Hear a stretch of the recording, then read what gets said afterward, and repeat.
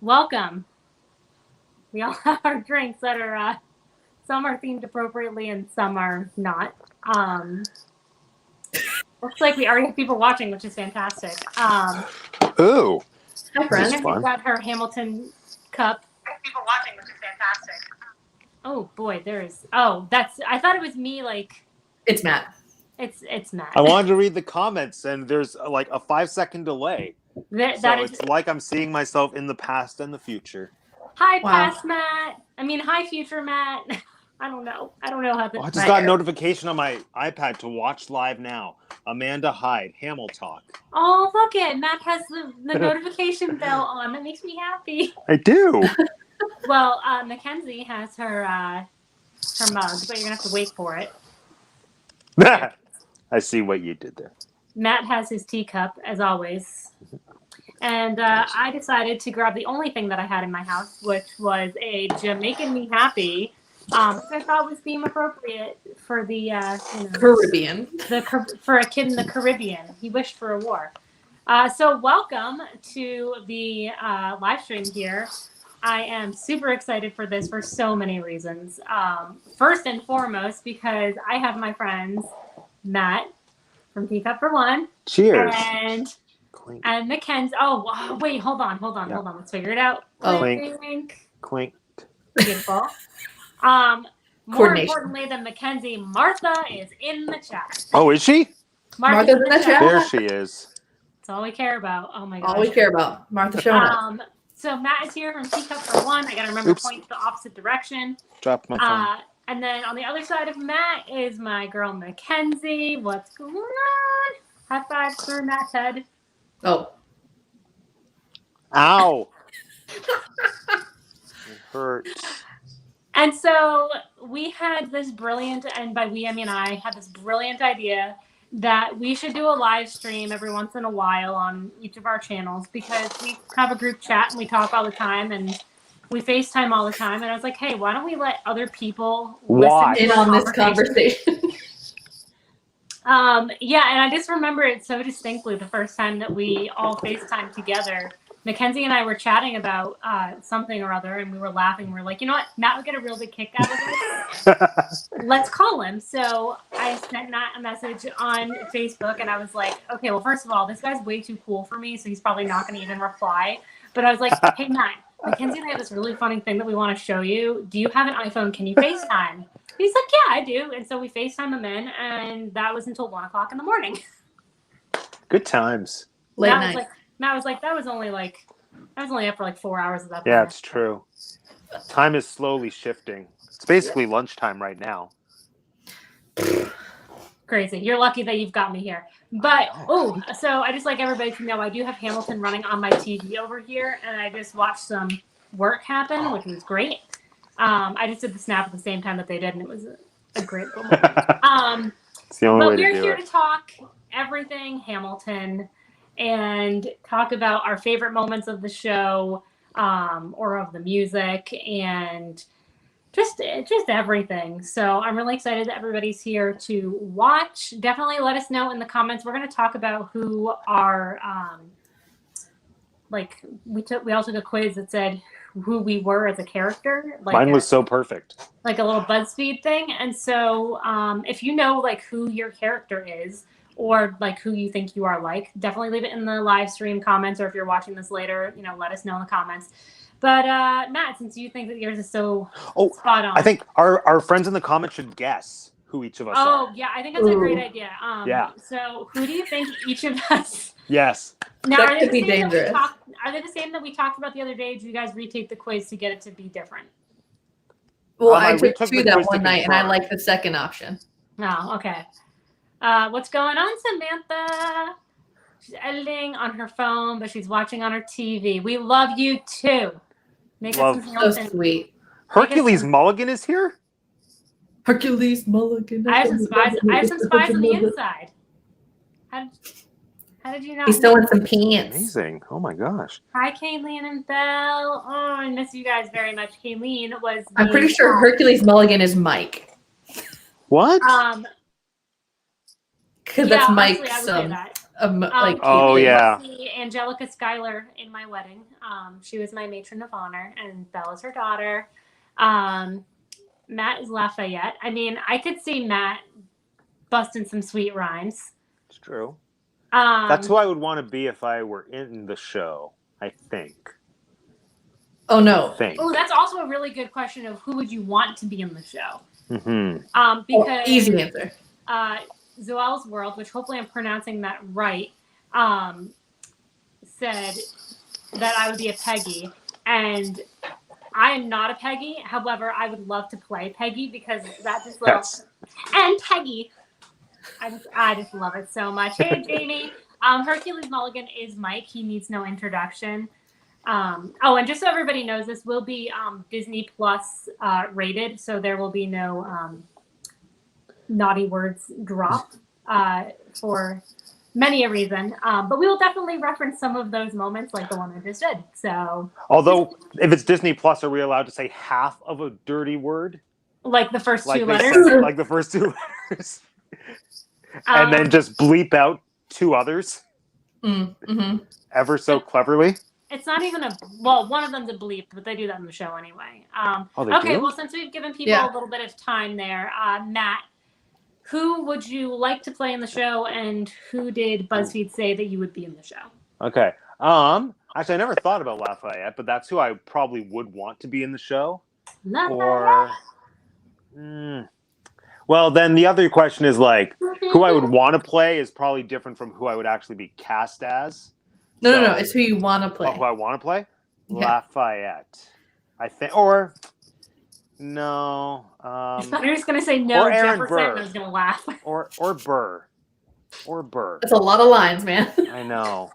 No, because Burr would probably be my first choice. I just don't know if I could sing his stuff to par with the standard that's been set. Ooh. Jamie was asking for the strawberry daiquiri. A strawberry daiquiri would be fantastic. No. This is the only thing I had in my house. You're making me crazy. You're making me happy, okay, Matt? Maybe Legally Blonde. That's fine with me. Just let me be Legally Blonde. And then so as Chris for from Orlando says that he is Lafayette, and I can see that. Yeah. Oh, yeah. Well, as for what the quiz said, it was a character that I never would have thought was me.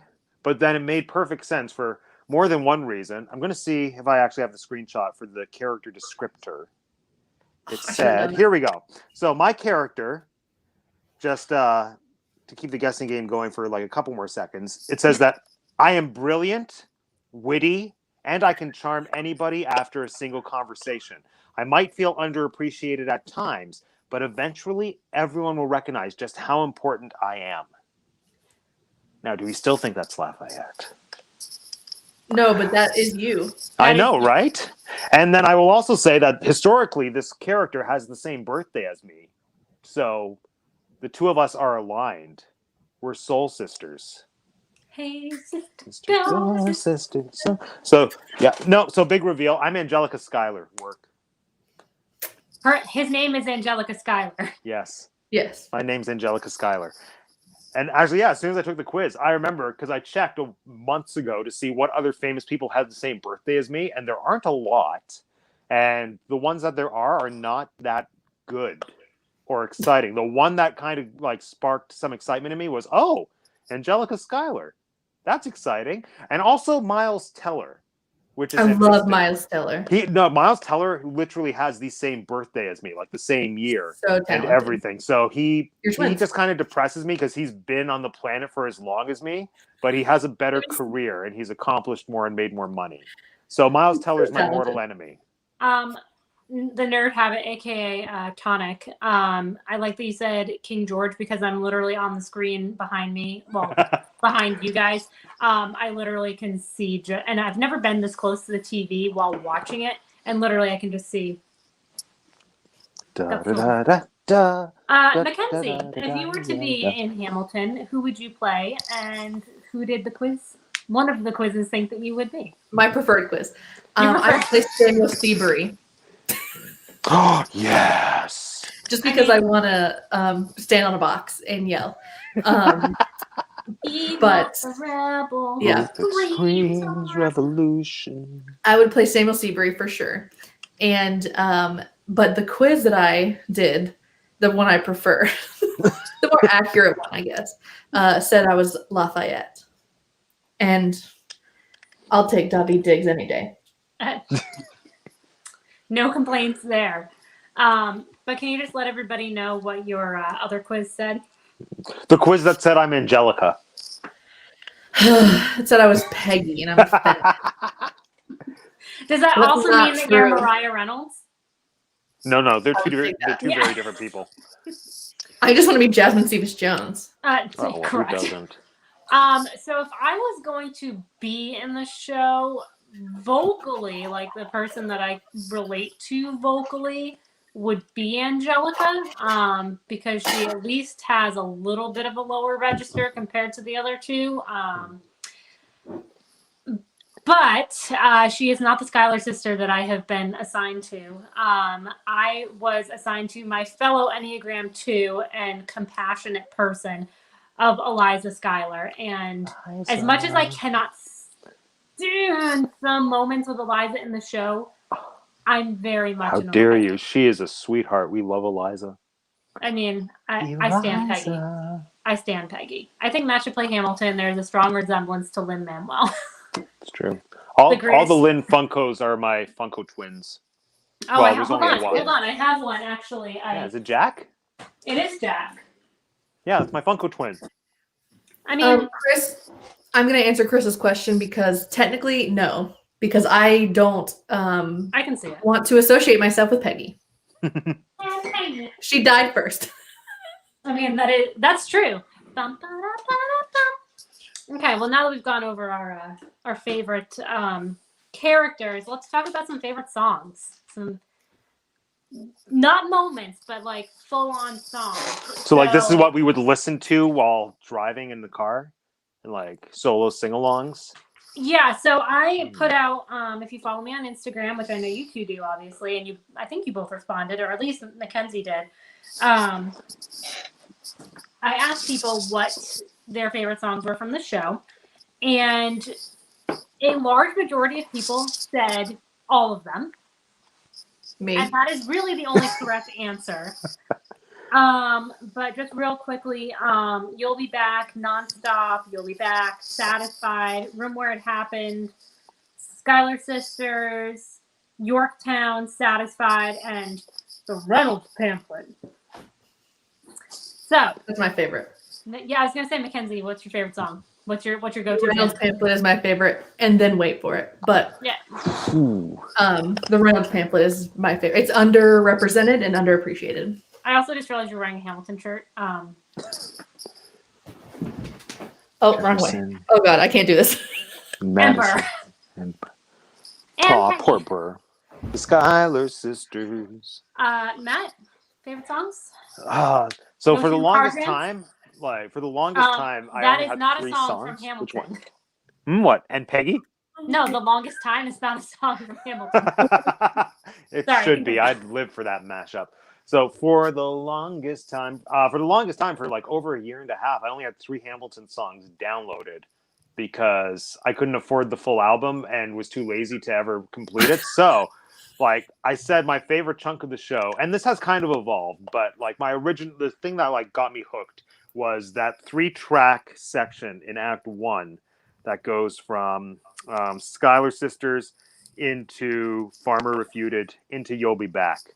Like I think that span of time and like the way that those songs lead into each other is so brilliant, and it's so representative of the tone of the show and how the music represents so many different musical themes, and I think it's brilliant. I think Farmer Refuted, it's not my favorite song anymore, but it was for a very big chunk of time because I love the counterpoint between like the more lyrical Baroque-ish musicality and then the actual rap, and how everything fits together so brilliantly, and like lyrically it's so smart, and I feel like that is my pick for best and most underappreciated and underrepresented song. Samuel Seabury, star of the show. Exactly. Yeah, the MacKenzie of the show. I have a whole list of my favorite songs, and they, as some other people said in the comments on my Instagram, it can change from day to day. But like right now, my go-to that I listen to a lot is, I'm going to pick 3 like Matt did, is Room Where It Happened, Washington on Your Side, and The Election of 1800. I don't know what it is about The Election of 1800. That's the one that I feel like is the most unique, because the other 2, like Room Where It Happened and Washington on Your Side, are self-explanatory. They're just great bops to just have your moment and yell some profanities in the car and enjoy it. But like, Election I prefer of 18... the Wiz Khalifa version of Washington on Your Side. Yeah. I don't even know what that is. From the Mixtape? mixtape, Oh, okay, never mind then. I do. I have the mixtape. I just haven't listened Washington's to it on Your Side, like. Have a good night, Jamie. enough. Hi, Jamie. Election of 1800. I just love. I don't know what it is about how it sounds or what the musical like right way to describe it is, but I just love the "Dear Mr. Hamilton, your fellow Federalists would like to know how you'll be voting," and just how it kind of builds up and then it jumps off the octave, and I just love it. And then when it's just like, "Yo, people are asking to hear my voice," I don't know. I just love it. I also probably watched way too many TikToks of that song back in 2020. So, yeah, that's definitely my vote. The other thing that I asked on Instagram was what are some of people's favorite characters? So I asked who of the Schuyler sisters was the favorite, and Angelica won. Okay. I'll take it. Followed by Eliza, and 2 votes to Peggy. And Peggy. and Peggy. Angelica, Peggy, Eliza's on the floor. Eliza's my favorite. I love Eliza. No, Angelica's number 1. Oh man, I'm watching this. Hey, Thank you. hey. Before the worst, not the worst song, but I'm not a huge Helpless fan. Helpless is my favorite song, like right now. In the Dude, show. no, Satisfied is way better. Well, I love Helpless because of how it leads into Satisfied. But Yeah. Satisfied isn't something I would just listen to enjoy musically, whereas Helpless, like it's my bop. I hum it to myself, just like while I'm doing work around the house. Ooh, do. Yeah. Also, I'm just really happy I just hit an F that I haven't been able to hit in a long time, even though it was very quiet. It's quiet uptown. See, Eliza does magical things. And then the other question I asked was the favorite of the Revolutionary Men, aka Hamilton, Lawrence, Mulligan, and Lafayette. And of course, Lafayette was the clear winner. Everybody else got like 1 or 2 votes, and Lafayette got the rest. As it should be. Well, it's like saying who's your favorite Supreme or Child of Destiny. It's always going to be Beyonce and Diana Ross, and the others are just there. Kelly Rowland is my favorite Child of Destiny. I don't know who that is. That's unfortunate. It's not Beyonce. I don't know who it is. Right. Just like Right. if it's not Lafayette, I don't know who the others are. Angelica has my vote when she said, like I said, you're free to go, but look around. Matt, the other M name in the chat here, Mike's, is Cabinet Battle 1, and I can 100% say that is his favorite because he talks about this all the time. Maybe he can see this he's obviously watching. Maybe he'll come in and explain why it's his favorite. But it's like his go-to when we listen to it, and also we love the "You don't have the vote, you don't have the vote." You got any congressional approval than you. But visually and theatrically, Cabinet Battle 1 and 2 are both revolutionary in the theater because they break the third wall. And they're bringing you into what you could have you're part of the story in the now. world tonight, right? And you're here So, for a cabinet meeting. Yeah. Also, back up really quickly. MacKenzie, I know that you've seen Hamilton. Oh, hold on. We have a special guest coming in. Special guest. Come here. Fourth wall, yes, Chris. I'm sorry. I like 3 walls. I didn't want to correct you and be that person. Oh, Who is it? My daddy was watching you on the phone. He was watching me on the phone. Yeah. Who's on the screen? Do you know who that is? Yeah, Kenzie and one little thing, like we have Inception. Yeah. Oh my gosh, Mike's got Inception going too with the phone. Yeah, you're right. Mwah. Oh no, we're gonna leave it up there. All right, say goodbye to the internet. Bye, internet. All right, Mike, can you come and tell everybody really quick about your like cabinet battle? I can't. I just want to say it's one. Oh, okay. He thinks that all like NPR or like any like cabinet battle should actually be wrapped, and then people would actually like pay attention to it. Yeah, it's true. Agreed. Yeah, I would. I 100% would. So, all right, Josiah, time for you to go. Be a good listener. No, you want Mickey? Don't we all? Okay, he's just looking at the Funko Pops. He's fine for a minute. So Hey. they've seen them, buddy. I promise. I showed them all the Funko Pops before the live stream. This one. Okay, you can show them one. Go ahead and show it. Which one? Which one? Yes! Pizza Cat! Mr. Oh. Mittens. I love Pizza Cat. I love the therapy cat. He's so great. All right, go ahead. Nope, just one. One more. Which one? I got the other one too. Ooh, What's her name? 22. Wow. It's 22. It's That's 20. 22. Wow. I know, isn't he a cute cat? Anyway, I that'll know, be the next yes. one. Maybe we'll talk about Soul in the next one. Come on.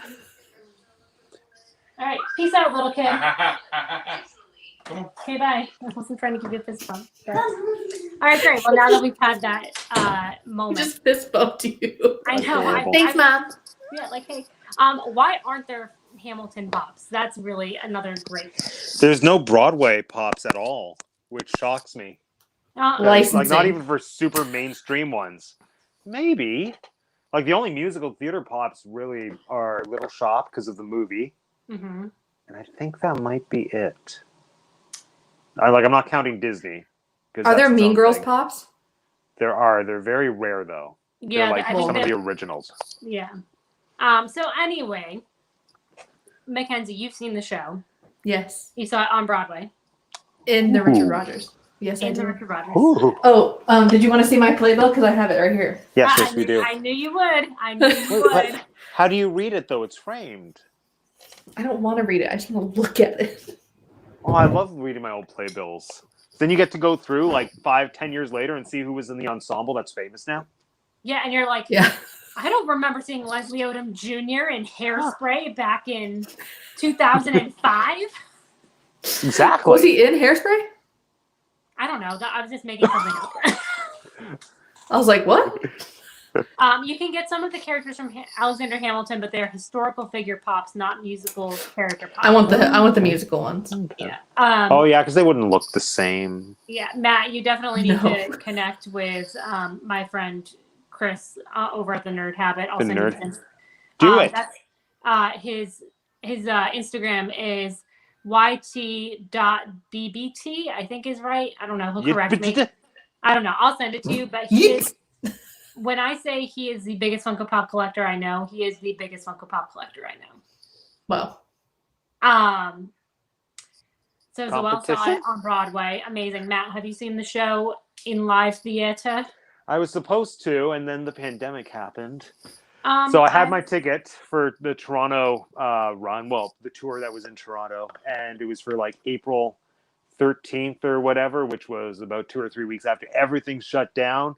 And so I now have a gift certificate that is valid for the value of the $55 I paid for my stool seat in the back row. oh, I was like, you paid $55? Well, Oh my for a gosh. stool, I wasn't even going to have Yeah. a back. Hey, Richard Rogers doesn't even have that. They just have standing room. Oh, standing room's better than stool.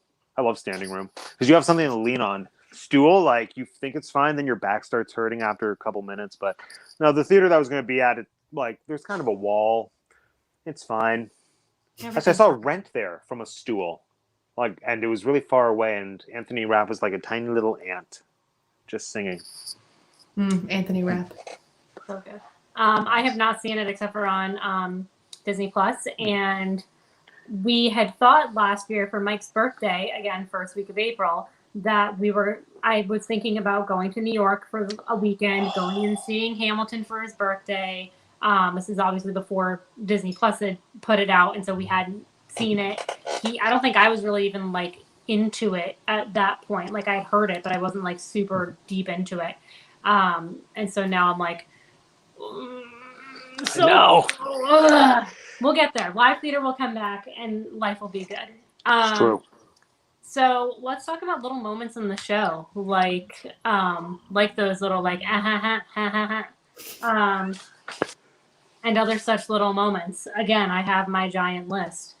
So I'll just kick it off with one of my favorite little things is that helpless and satisfied mirroring transition. It's also what's playing on the TV right now. So I was like, yep, that's what I'm talking about. And I just, hopefully everybody knows that this is like going to be huge spoilers. So if you haven't seen the show, like, I think at this Or point, read a history book. Or read a well, I mean, I don't think they had turntables and singing and dancing in their history books, but you never know. I mean, there's nothing that said that they weren't singing all these things. Exactly. But man, that transition of just helpless going this way and then satisfied just going zoop, zoop, again. I love it. And it's also because I've watched way too many like interviews with Lin-Manuel Miranda and other people talking about how everything works, and I just love it.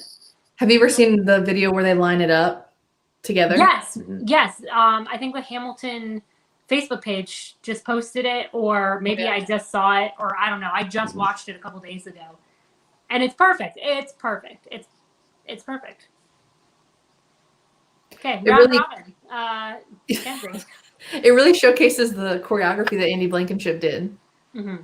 Oh wow! And, you know the names of the choreographers. Impressive. is that his last name, Blankenship? Oh, that's the guy who did Cats, right? Yes. But fun fact about, not fun fact, I guess, about Andy, but when they were doing previews at the Public Theater in New York, and they were like still workshopping like everything to go to main stage, he and his wife lost a child, had their son, and so Quiet Uptown, they made it into this different thing, and it was so that moment of choreography and the walking hand in hand, like that's all they did that for Andy, so like that has just moved forward, and he just changed it to like to fit that, because he had to go through I think he had cancer, the kid, their son. Andy Blankenship is not his last name. Blankenbuehler. Blankenbuehler. Christopher Orlando, you must have been blind when you were born. Let's see. In the dark. Yeah, well, Andy also did In the Heights, so him and Lynn and Alex have been together forever. So MacKenzie, what are some of your what's a little moment that you enjoy, or was that your little moment? No, or tidbit of knowledge or whatever. Well, it's hard because I think that seeing the show in person and then watching it online, I saw two completely different shows. Yeah. And in like the best way, but I think I noticed how Leslie as Burr was on stage majority of the time when I watched it online. And you see that he's literally on stage almost the entire show. Yeah. And he is like, it's not called Burr, like it's called Hamilton. But like Burr is literally the star of the show. He is the most, like, he's the biggest story, I think, in that, behind Hamilton. And like it's always trying to get it, like he's always trying to get ahead. So I always liked that kind of back and forth between the two of them. But seeing it online made me realize that, oh, Leslie's on stage a lot. Like he's got a lot happening and he doesn't get to sit down or like take a break. And it's like, take a break. Take a break. He's not on stage for that. That is his break. That is his literal. Maybe That's that's his literal it. break. I will have to look and like watch and be like, is that the one point that he's not on stage is during Take a Break? Yes. Because that would be ironic as all irony. It is because it's just the three of them on stage. Yeah. When is Take a Break? Is it in Act 2? It There's is a point. beginning. Oh, I hardly ever watch Act 2. I know a lot about Act 1. I know. Act 2 is the best music. Act 1 has Helpless. Yeah, again, Act 2 has the best music. Helpless. Matt, little moments. Your first little moment. My first little moment. Yes, All my Mike, little moments are. Mike does. He does tell the story. He does. He's the storyteller, but he tells the story. Christopher Orlando's answer is better than mine, with Hercules as the flower girl for no good reason aside from it just being hilarious. Whispering something in Peggy's ear. Yeah, it's good. Like, it's hard to nail down a specific little moment because I have this really theater nerdy thing where I love watching lead actors when they're not in the spotlight. So I really like watching group numbers like Helpless. That's an example that comes into my head where Renee is basically just a backup dancer, and just watching her doing that and watching how leading actors are able to, like the good ones at least, which you more often than not, if they're at that point in their career where they're on Broadway, they are gracious enough to understand how to give and support the attention towards the people that need to have it. Like, that's one of my favorite things about In Legally Blonde, Bend and Snap, is watching Elle just being a chorus girl for that one random sorority girl who gets to that moment to shine to sing Bend and Snap. Like, I think there's something so beautiful about watching group numbers where the like lead actors take a backseat and you get to see how they give that energy. Like, that was my favorite thing about the Wicked Tony performance with Defying Gravity, is that one shot of Kristen Chenoweth just like watching her while she's flying. She's just standing there smiling. I'm like, this is so beautiful. Like, you're a star in your own right, and this song has nothing to do with you, but you're still like giving all this love and attention to your castmate. I think that's the thing that's beautiful with Hamilton, is that at least the cast that's on Disney Plus, and I would like to think every live performance cast, there's a really strong, unified sense of ensemble in them that I love. And I think that's the thing that I love the most in just watching Hamilton, is seeing how they negotiate that and how they all support each other as performers, which is a really beautiful thing. So that's my favorite little moment, is watching them when they're not doing anything, because they're doing so much.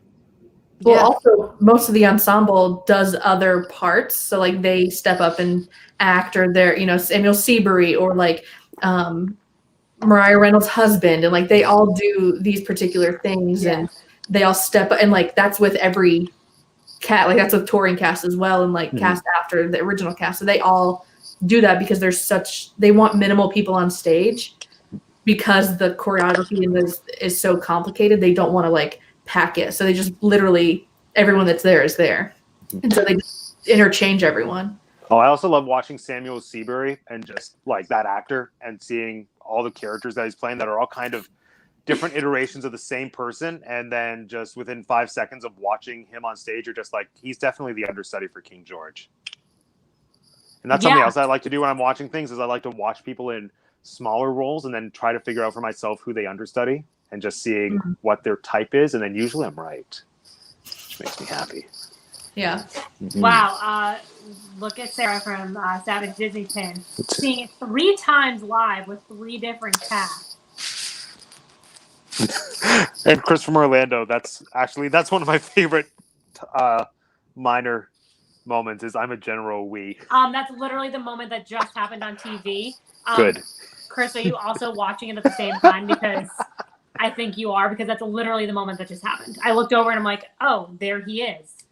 Hercules Mulligan as the flower girl is chef's kiss. I totally agree. Like, he just goes.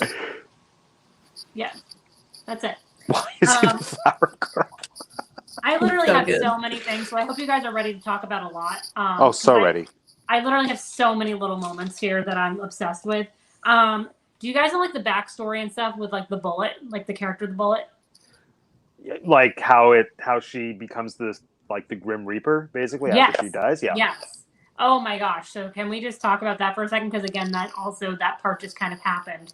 And it's something that I didn't pick up on until I read about her and then was like, I have to immediately go back and watch this. And I did. And I'm like, you only watch her. You only watch her. Like every moment, every look she gives, every like literal like shoulder touch. I'm like, oh, what? So for people that don't know what we're talking about, He's a genius.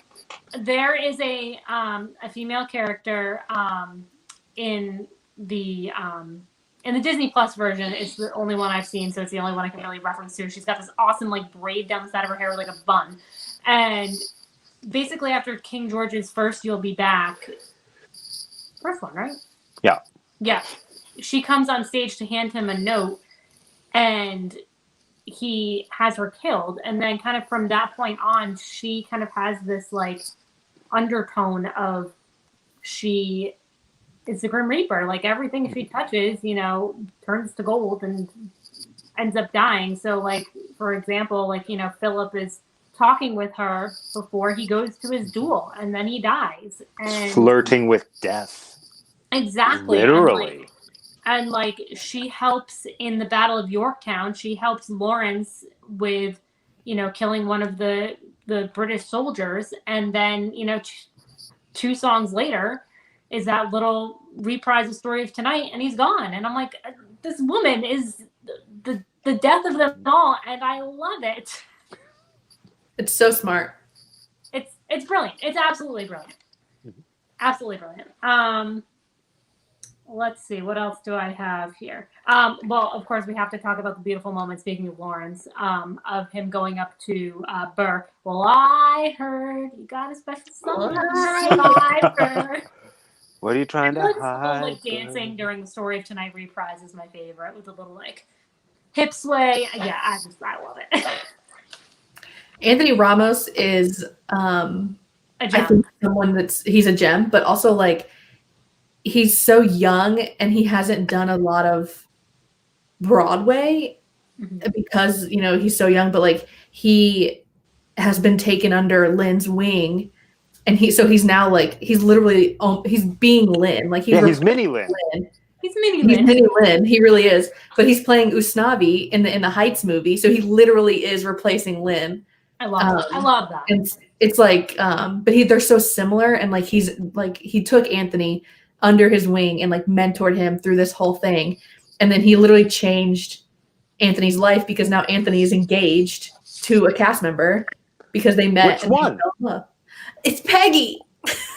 And Peggy. Amazing. My favorite is watching them interact on the Disney Plus version, because like there's moments where like she'll turn around and he'll be there and he'll just be like, "Hey." That's adorable. Yeah, it's like, oh my gosh. So next time you watch it, Matt, you just have to watch for Chris. He did. He was Lynn's understudy in the Heights for Usnavi. You're correct. He was very young. He's a little baby. What? No, I can't be that young. I am. He was a baby. He can't be that young if he was in the Heights on Broadway. Maybe That was not. like 12, 13-ish years ago almost. Then he didn't replace Lynn. Maybe he was in part of the touring group of In the Heights, but I think he has played it before. So I remember when the Corbin Bleu I know took over for Lynn in the Heights. Mm-hmm. That was at the point when you're like, this show's closing soon. Yeah. Just give that kid a basketball because or a jump rope. Actually, Corbin Bleu is very talented. Yeah, he is. Did you see what was that movie with the jump rope? Just kick it or something like that. I did The not. No, or Yeah, here's another one with like Yeah, to decom. Yeah, I've definitely seen it. Let's see. Oh, I actually had Anthony and Jasmine's little moments on stage is one of my things that I listed. How about he didn't like the second act. It's not that I didn't like it. Act one No. better. I'm saying Anthony didn't like the second. Anthony didn't. I mean, I don't blame him.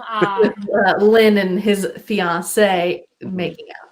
And now literally it's like eternalized on Disney Plus forever. So sorry. Like literally millions and millions of people have seen your fiance, like,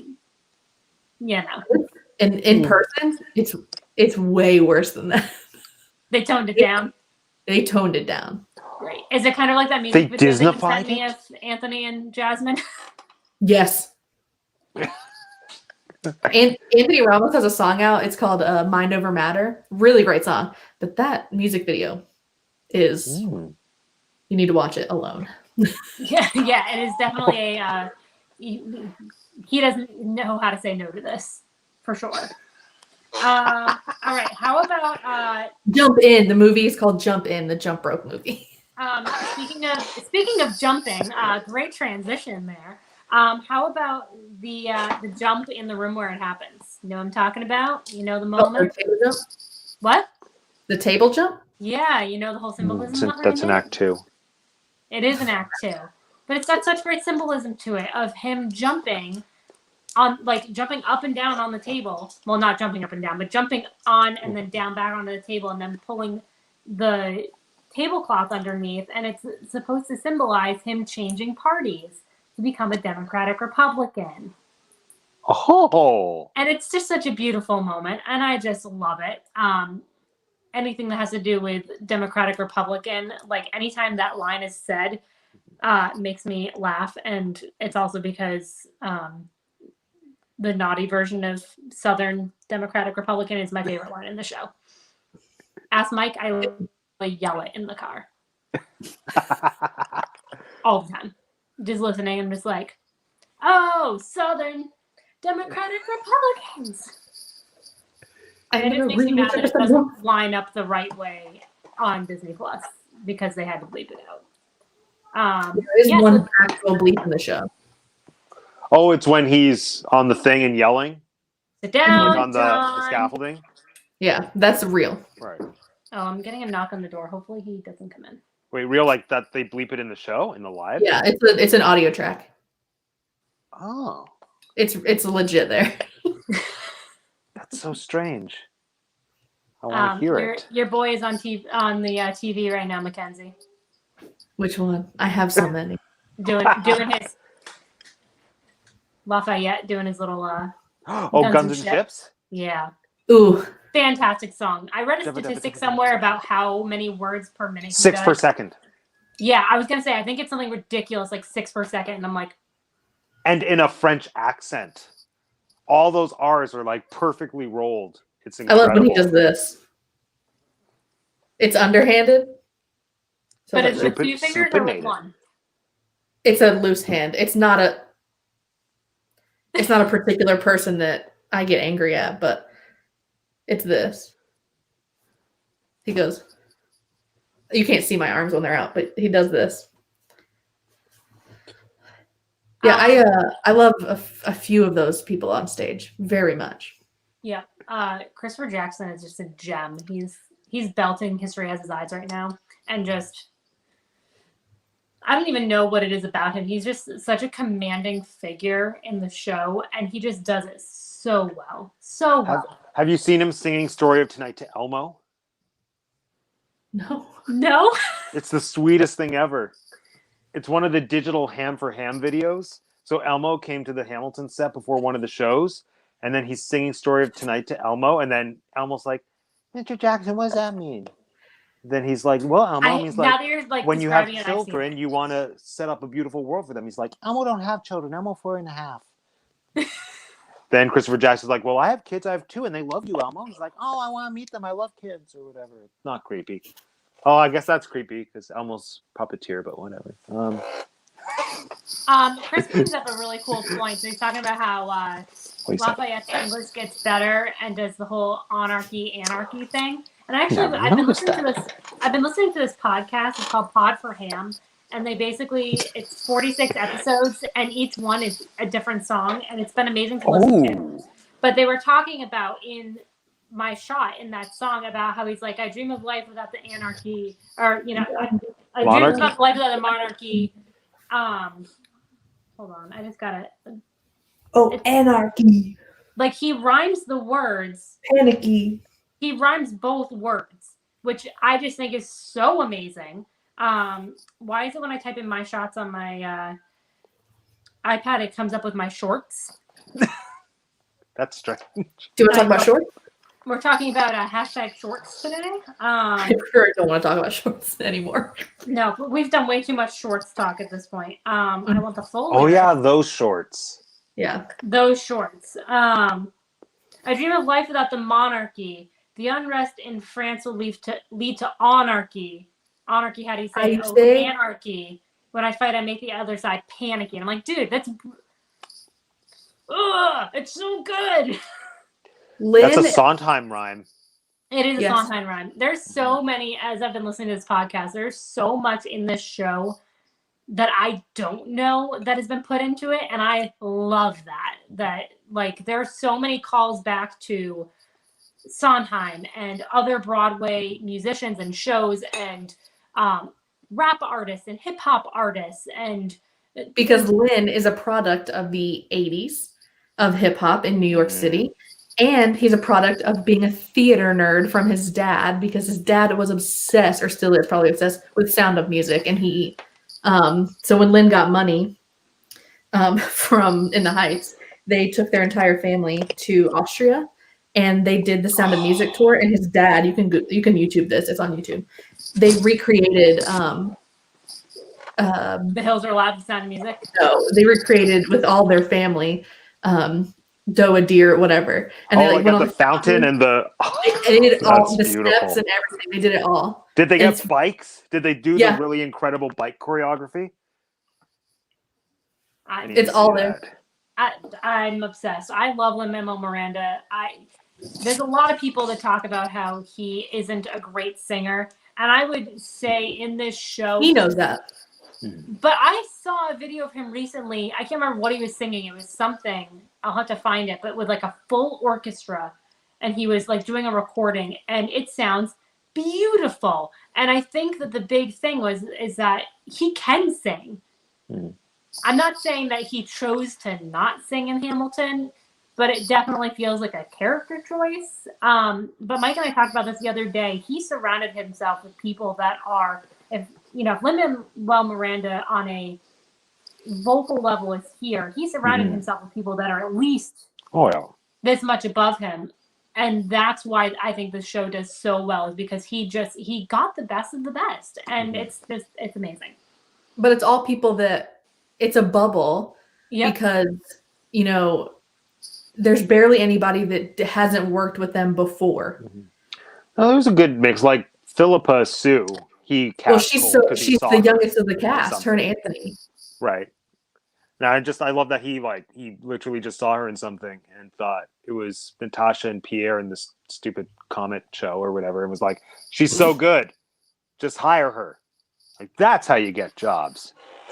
Yeah. And then that was across the street from Richard Rogers. That was in the when Josh, what's his face?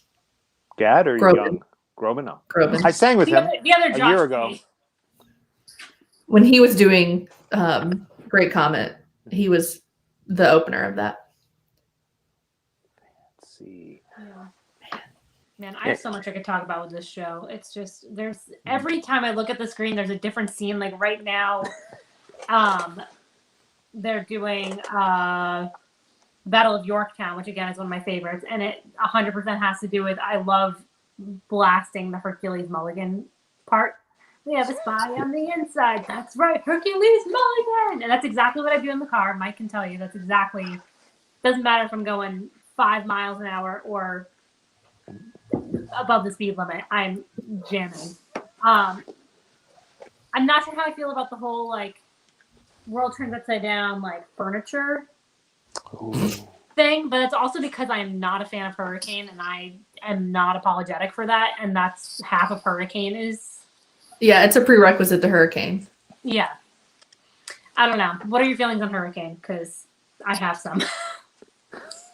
I think Actually, it's. here's my question for you, MacKenzie.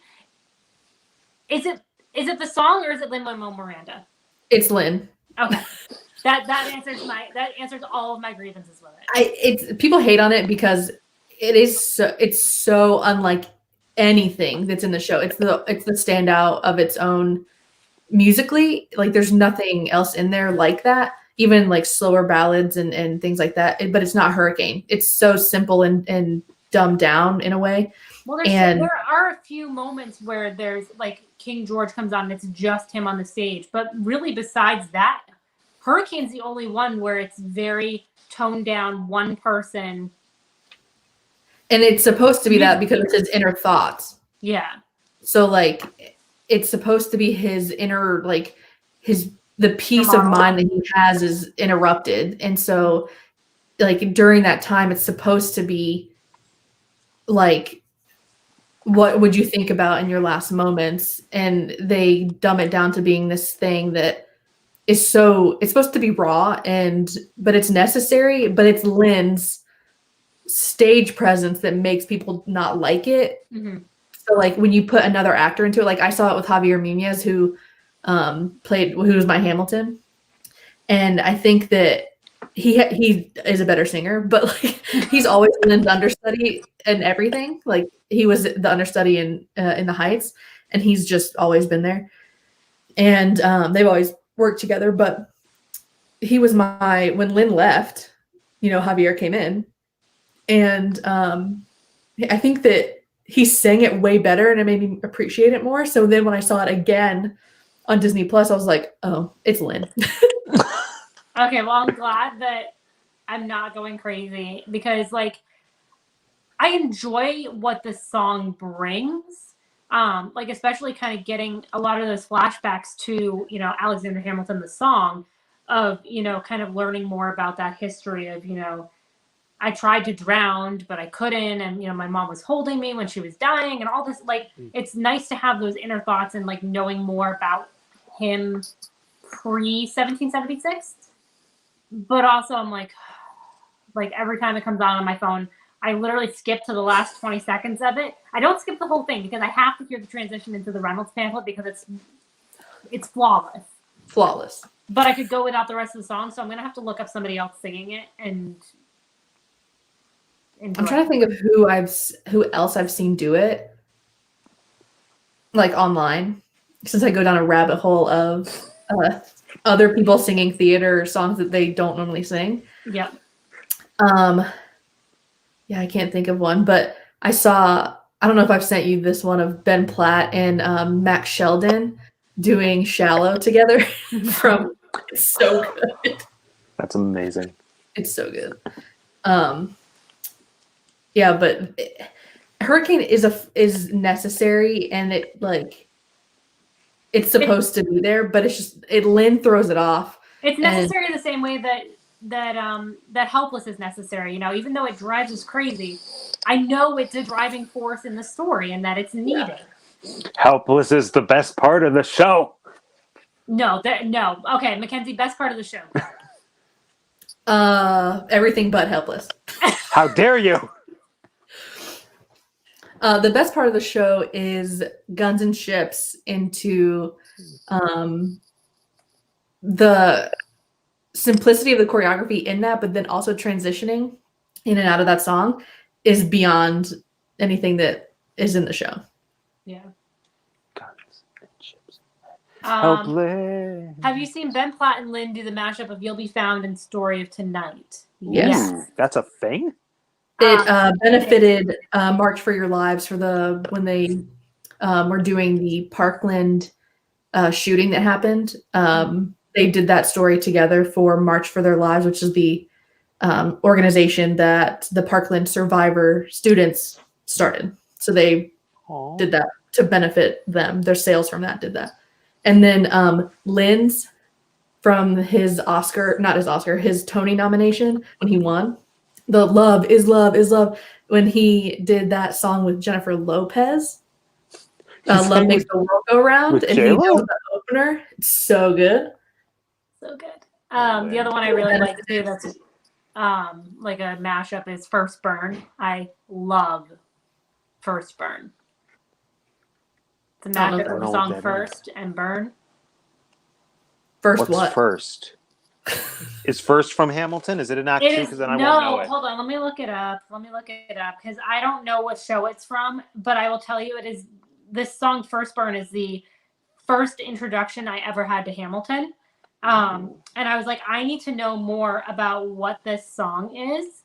I I do like Burn because there's fire on stage, and that's always fun. Plus, Eliza's the best character, so we get to watch her in all her glory.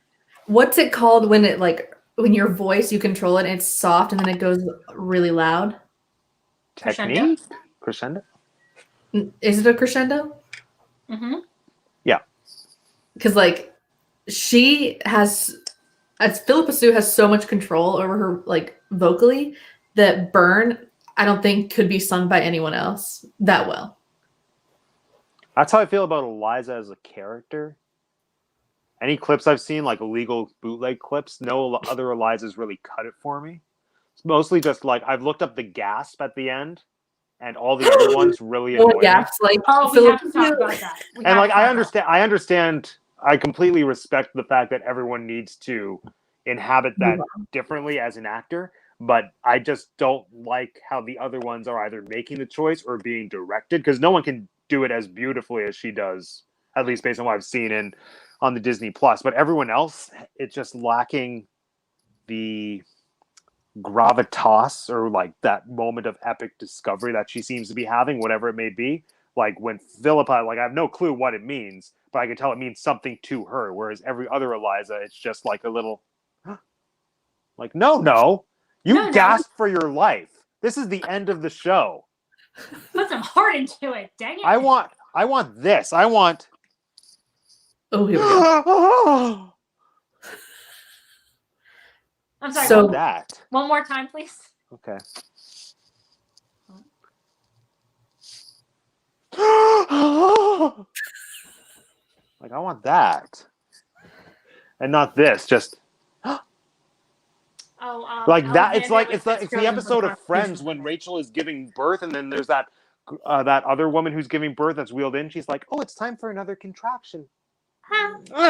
That was a big one. That's what every other Eliza's gasp is to me. That's a really good reference to Friends, and I appreciate that a lot. Thank you. Yeah, that's a deep cut. By the way, first Burn, according to HamiltonMusical.fandom.com. So it's not a mashup, as I thought it was. It is the 5th song in Hamil-Talk and was released in 18. It was the first draft of the song Burn, sung by Eliza in Act 2. So it's actually literally the first version of Burn. It's a demo. It was written by Lin-Manuel Miranda, produced by Alex, and it's performed by 5 different Elizas that have played in the company over time. And it's gorgeous because there's some beautiful harmonies in it, but there's also some different lyrics and rhythms and rhymes to it. I would definitely take a look at it. I've heard that then because I have the Hamilton app, so I get Hamil drops. Yeah, see, so there is an app. So the whole I know about whispers. Yep. Yeah, I love it. I love it. I love it so much. Yeah, Alex is just chosen for the Constitutional Convention. That's one of my favorite parts. That's a really nice little moment. I also really like literally any moment that Jefferson is dancing.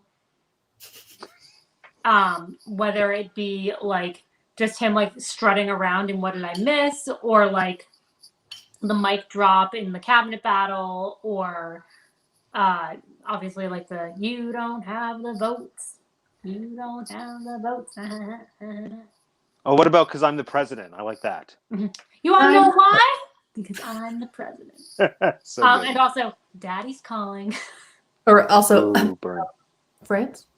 Who provided those funds? Or also the where have you been? France? We have to win. And I just really love Washington on Your Side, especially the moments where the other characters come in. So when Leslie comes in, or no, who comes in? Who comes in? Leslie comes in, right? In Washington by Your Side, Leslie's the one that comes in and interrupts Jefferson. That's Act 2. And Jefferson's exactly like I just did to Matt. He's very where did you come from? I was having a moment not caring about Hamilton. You can't have your moment. And then Madison comes in and he's like, which I wrote. He's like, don't forget I did it. He wants the credit. I did something. Don't forget. I did something in this act too. Act 2. I was a spy. I was a spy on the inside in the first half, and now I'm writing stuff in the second half. Don't forget about me, please. I forget who did it, but I was trying to look it up. In the show, in the one on Disney Plus, when they were filming it, when they're all lined up in it's Act 2. When they're lined up like Take Matt out of this. Jefferson, Jefferson. I can't remember who's on stage, but somebody didn't move in time, Yeah. and so on the Disney Plus version, I think it's How somebody. many Diet Cokes are you drinking, Matt? He loves Diet Coke. Yeah, Why aren't you he finishing? doesn't your ever Diet finish Coke? them. It looks like. This is what's in my teacup. But literally, why aren't you finishing your Diet Cokes? Yeah. Oh, because like I fall asleep with them, and then the next morning I'm like, oh, this is flat. I don't want this. Anthony And it's an Ramos ongoing goes through some cycle. like they didn't move in time in the show, and I'm trying to find out where it happened because it's really funny. It happened in the room. They didn't move in time, like during. What did I miss? No. Is Anthony it during Ramos. Washington by Your Side when they do my favorite line in the entire show? Because there's definitely, and I think it's the Samuel Seabury guy, or it's the other guy that looks kind of like him, which is really actually kind of funny because they're like two of the only white guys in the show. So it's really funny that I was gonna say there's another white guy that's not Samuel Seabury. Yeah, there's two of them. And they look kind of like they have similar mannerisms, and he's always like a beat behind. And so, like, when they do the whole, like, oh, and then they, like, walk a little bit, and then they, like, throw themselves back a little bit, this one guy is always just slightly off. Oh, that's infuriating. And behind, yeah, you're telling me. He's literally always right behind the beat, and I'm like, can you just, like... I'd like to think it was a choice for some historical reason. For some historical reason, he's like, I'm off. Like, I can't remember who it is, but somebody goes through. They're lined up. The boys. They're lined up on the front of the stage, and someone doesn't move, and they go through their legs to get in front of them. oh, I know That's exactly what amazing. you're talking about. It's Anthony Ramos. It's him doing it. But where is I think he's going that? through David's legs. Yes, but where is that? Like David didn't move, like he forgot to move, and so Anthony's like, "Gotta get there," and so he went underneath his leg. It must have been during the Reynolds pamphlet, right? Like that's the only spot where it would make sense. That they Yeah, were I the think same it is. season. I'll look it up. Look I'm it up. pretty Go sure log it in. Go log into your Disney Plus account that you said you were going to go and watch Hamilton on, and you went and watched Black Panther instead. I Yeah. did. Yeah, I looked and watched. I saw. Are you watching what I'm watching? Burn. No, I was like, oh, I wonder if MacKenzie went and watched Hamilton today, and then I was like, nope, she watched. I didn't. She watched her other love of Michael B. Jordan. And Winston Duke. Martha says to go and put them in the garbage, Matt. Nah. It's art. It's pop art. And I got the joke. Even though I'm not Canadian, I know that pop is soda. And then I have to so go does back pop. to get my login information. Oh, here he is. So which one? Thomas Jefferson. He has come home. He is descending down the staircase. It's already at that part? Yeah, oh yeah. We are past intermission. We are into Act 2. When we started, it was at Schuyler Sisters. I like David's Yeah. hair pulled back. Oh, but then it's so refreshing when like it's unleashed and he can Yeah. just be his full David. There's also, I'm watching this right now. So there's the Samuel Seabury character. He's the first one in line, and then 3 more people in is the other white gentleman. And everybody else is really good at looking in the same direction, but then he breaks that eye contact. So he's supposed to be staring like this, and then he just like goes like that, and it's totally on camera. And I'm like, dude, you had. I want to one. believe that it's like a secret thing that, like the bullet, that when revealed will blow all of our minds. I feel like there's so many things that's possible, like that we don't know. Yeah, I mean, it's probably not, but that's what I want to believe. but I mean, literally every single line in this show is referencing something else. So it wouldn't surprise me if that one eye contact moment was Is something. Gosh, man, And scrolling.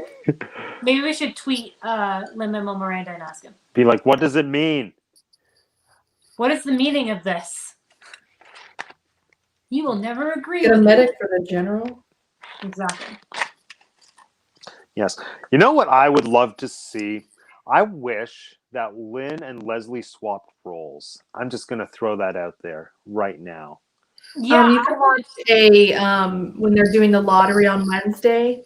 When they were doing that, they did do that. There's a No, but that's only for like probably one or two songs. Like I want to see. I think I do love Hamilton.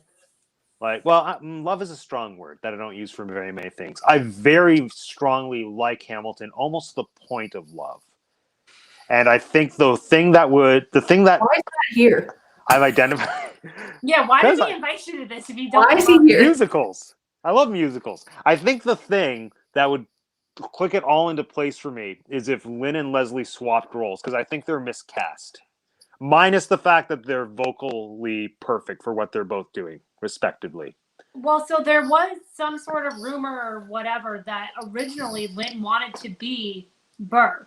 And he couldn't decide if he wanted to be Burr or Hamilton. And he apparently decided he wanted to be Hamilton because why not write the entire show and then star in it? Like, I mean, but I think they both are the star. Even though it's called Hamilton, I think they are co-stars.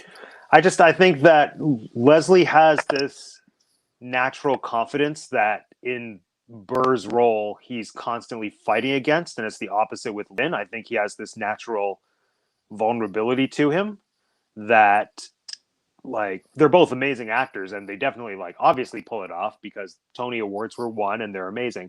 I just think that acting wise it would have been a lot stronger for me if they swapped. Minus the fact that Lynn probably wouldn't be able to sing anything as beautifully as Leslie does. I can't imagine. Can you imagine Lynn singing Wait for It? That's No, exactly what not I at was all. about to say. And that's why, like, clearly the best choice was made. But Can just you purely think about the choreography. Do you really want to see Lin-Manuel Miranda do The Room Where It Happens? I mean, No. I do, but not for the right reasons. No, that's literally how he got his Tony Award, is that song, and how it's so good. It's my favorite. Yes, MacKenzie, you had a question. No, I just can't find what it is. I would have to watch it all the way through to see. It's not Reynolds Pamphlet. Okay, well, I'm gonna just kind of keep an eye on the TV here because I am in Act 2 here. We're having a cabinet battle right now. Nice. I go down a rabbit hole of watching things that are either bootlegged or different, like people singing, like the Cell Block Tango thing that I sent Amanda. Yeah. Is it the guys doing Cell Block Tango? Yeah. Yes. That's the best version of Cell Block Tango. And Hi, Mary. Mary. Hi, but oh my goodness. Only holiday with Mary. Hold on, my comments are behind apparently because I still have yet to see this comment from Mary. I'm assuming it was Jolly Holiday with Mary. Hell yeah. Yes. She says she hasn't seen Hamilton yet, but she wants to, and she needs to make time. Mary, why do you write like you're running out of time? Why do you write like you're running out of time? Go back to bed. That would be enough. Oh, Eliza. Mary, you have two people here that recommend the entire musical for you to watch. And I say Matt Act 1. Act 1. And then you have somebody who says that they very, very much like Hamilton, almost to the point of love. Well, love I like- reserve. Well, actually, no. What's higher than love? I feel like there's something higher Adore, than love. obsess. Okay, yes. Yes, I would yes. say obsess would be higher than love. Okay, then I'll say I love Hamilton. I don't obsess Hamilton. Yes. I like that you use obsess as whatever kind of word you As use. an adjective? As an adjective. Yeah. Also, speaking of weird wordings, can we talk about the My Dearest Angelica with a comma after dearest? There's a word for it, and I can't remember what it is, but Are the girls like Hamilton stands? Oh, well, I mean, I would say that we are more David Diggs stands, but yes. Oh, wait, did she mean no. the character or like the guy? I not love her. Bobby Diggs, period. Yeah. But that's not what drew me to Hamilton. Like, I fell in love with Lynn from In the Heights because growing up a theater nerd, I was like, oh, it's a rap musical? Whoa. It's So, like, so that's revolutionary and hip. whoa, I wasn't sold on Lynn because rap has never super interested me. Actually, Hamilton of all things has got me more interested in it, but I knew who Lynn was because of In the Heights, but based on the Tony Awards, I was like, this is clearly a good show, but I personally don't want to watch it. Then he started doing more stuff that interested me, like the Spanish translation of West Side. That's when I was like, wow, this guy's really talented. And it was Merrily We Roll Along, the Encores production, where he plays Charlie Kringus. That was when I was sold on Lynn. I was like, this guy that I only knew as a rapper is like one of the best Sondheim performers ever. He's my new favorite person. Like the reason that he's so good is because he is so meticulous with how he obsesses over what he does. So like 90s and 80s hip hop and R&B, like that is an obsession with an OCD situation that he has in his brain that lives rent free. And like which is why he's a fantastic freestyler. And that's why Freestyle Love Supreme was where he met David, and they just did that in the park in Central. Like they did that. So David's also a great freestyler. Then he knows Chris from In the Heights, and then he knows like all these people that are developing into this like bubble that will always have a job if he has a job. Yeah. As he said on Drunk History.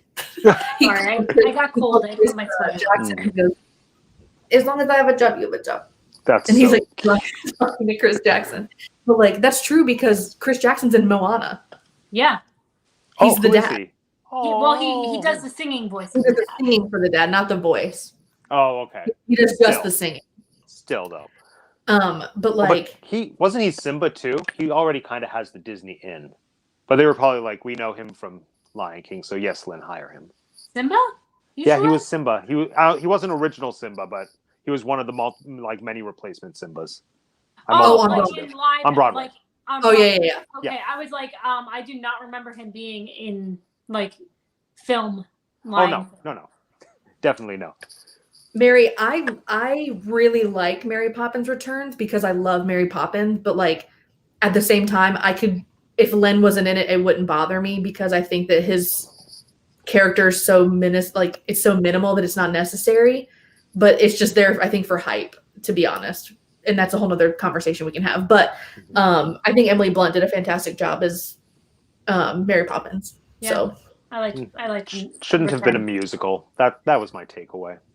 Yeah, I like the score and the instrumental part of it. It's very beautiful, but like, and I like Emily Blunt's voice, but I don't know if the singing, the music. First off, I don't think was super exceptional, and like just as music, especially up against what we all expected with the bar being set so high with Mary Poppins, like original. And I think Emily Blunt, once she starts to sing, that's when, consciously or not, you start comparing her to Julie Andrews. But like acting wise, I think she was a spot on Mary Poppins. No one compares to Julie. No. In any form. In anything. Nothing. Especially not Audrey Hepburn. Take another sip of your flat diet French Coke. Yeah, it's so flat. Mary, I agree that we need to do a Mary Poppins thing, but I think you need to watch Hamilton because I have loved Hamilton for almost 6 years. And it's like a first grader. I know.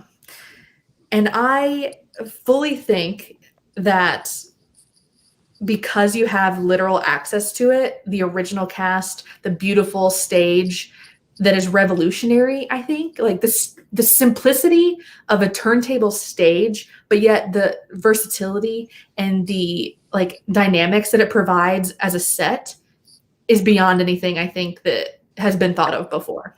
Yeah. And like nothing changes on stage. If it does, it's very rare. It's a chair here, a desk there. That's it. Everything is minimal. The stairs move a couple times and that's it. It's all about like bringing in a lamppost and then but the lighting direction in Hamilton is like, as Common said when he introduced Hamilton at the Tonys, it's one of the greatest pieces of art ever made.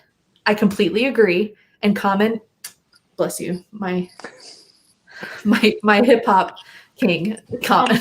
Mary, you're gonna literally watch this and watch the set piece, the minimal set pieces coming in and out, and how they are brought in by the characters in such a way that you don't even notice the change. Yeah. It's not like, the screen goes black and you see, 3 or 4 people in black outfits run out, put stuff out, and go back. It's just, it's effortless. I think that's really the only way to describe it. Is it literally just is effortless. The number of also lighting has cues will to give be your stage effortless. manager brain like palpitations, so that's entertaining. Yeah, but it's also it has to be effortless because there's no dialogue in this show, period. Mm-hmm. It's all music. There's no stopping. It's Like- just nonstop. It's nonstop. But it's 46 songs and that's the whole show. Like when you download Dear Evan Hansen, you're getting 12, 13 songs, but there's huge chunks of dialogue and then the stage will go black.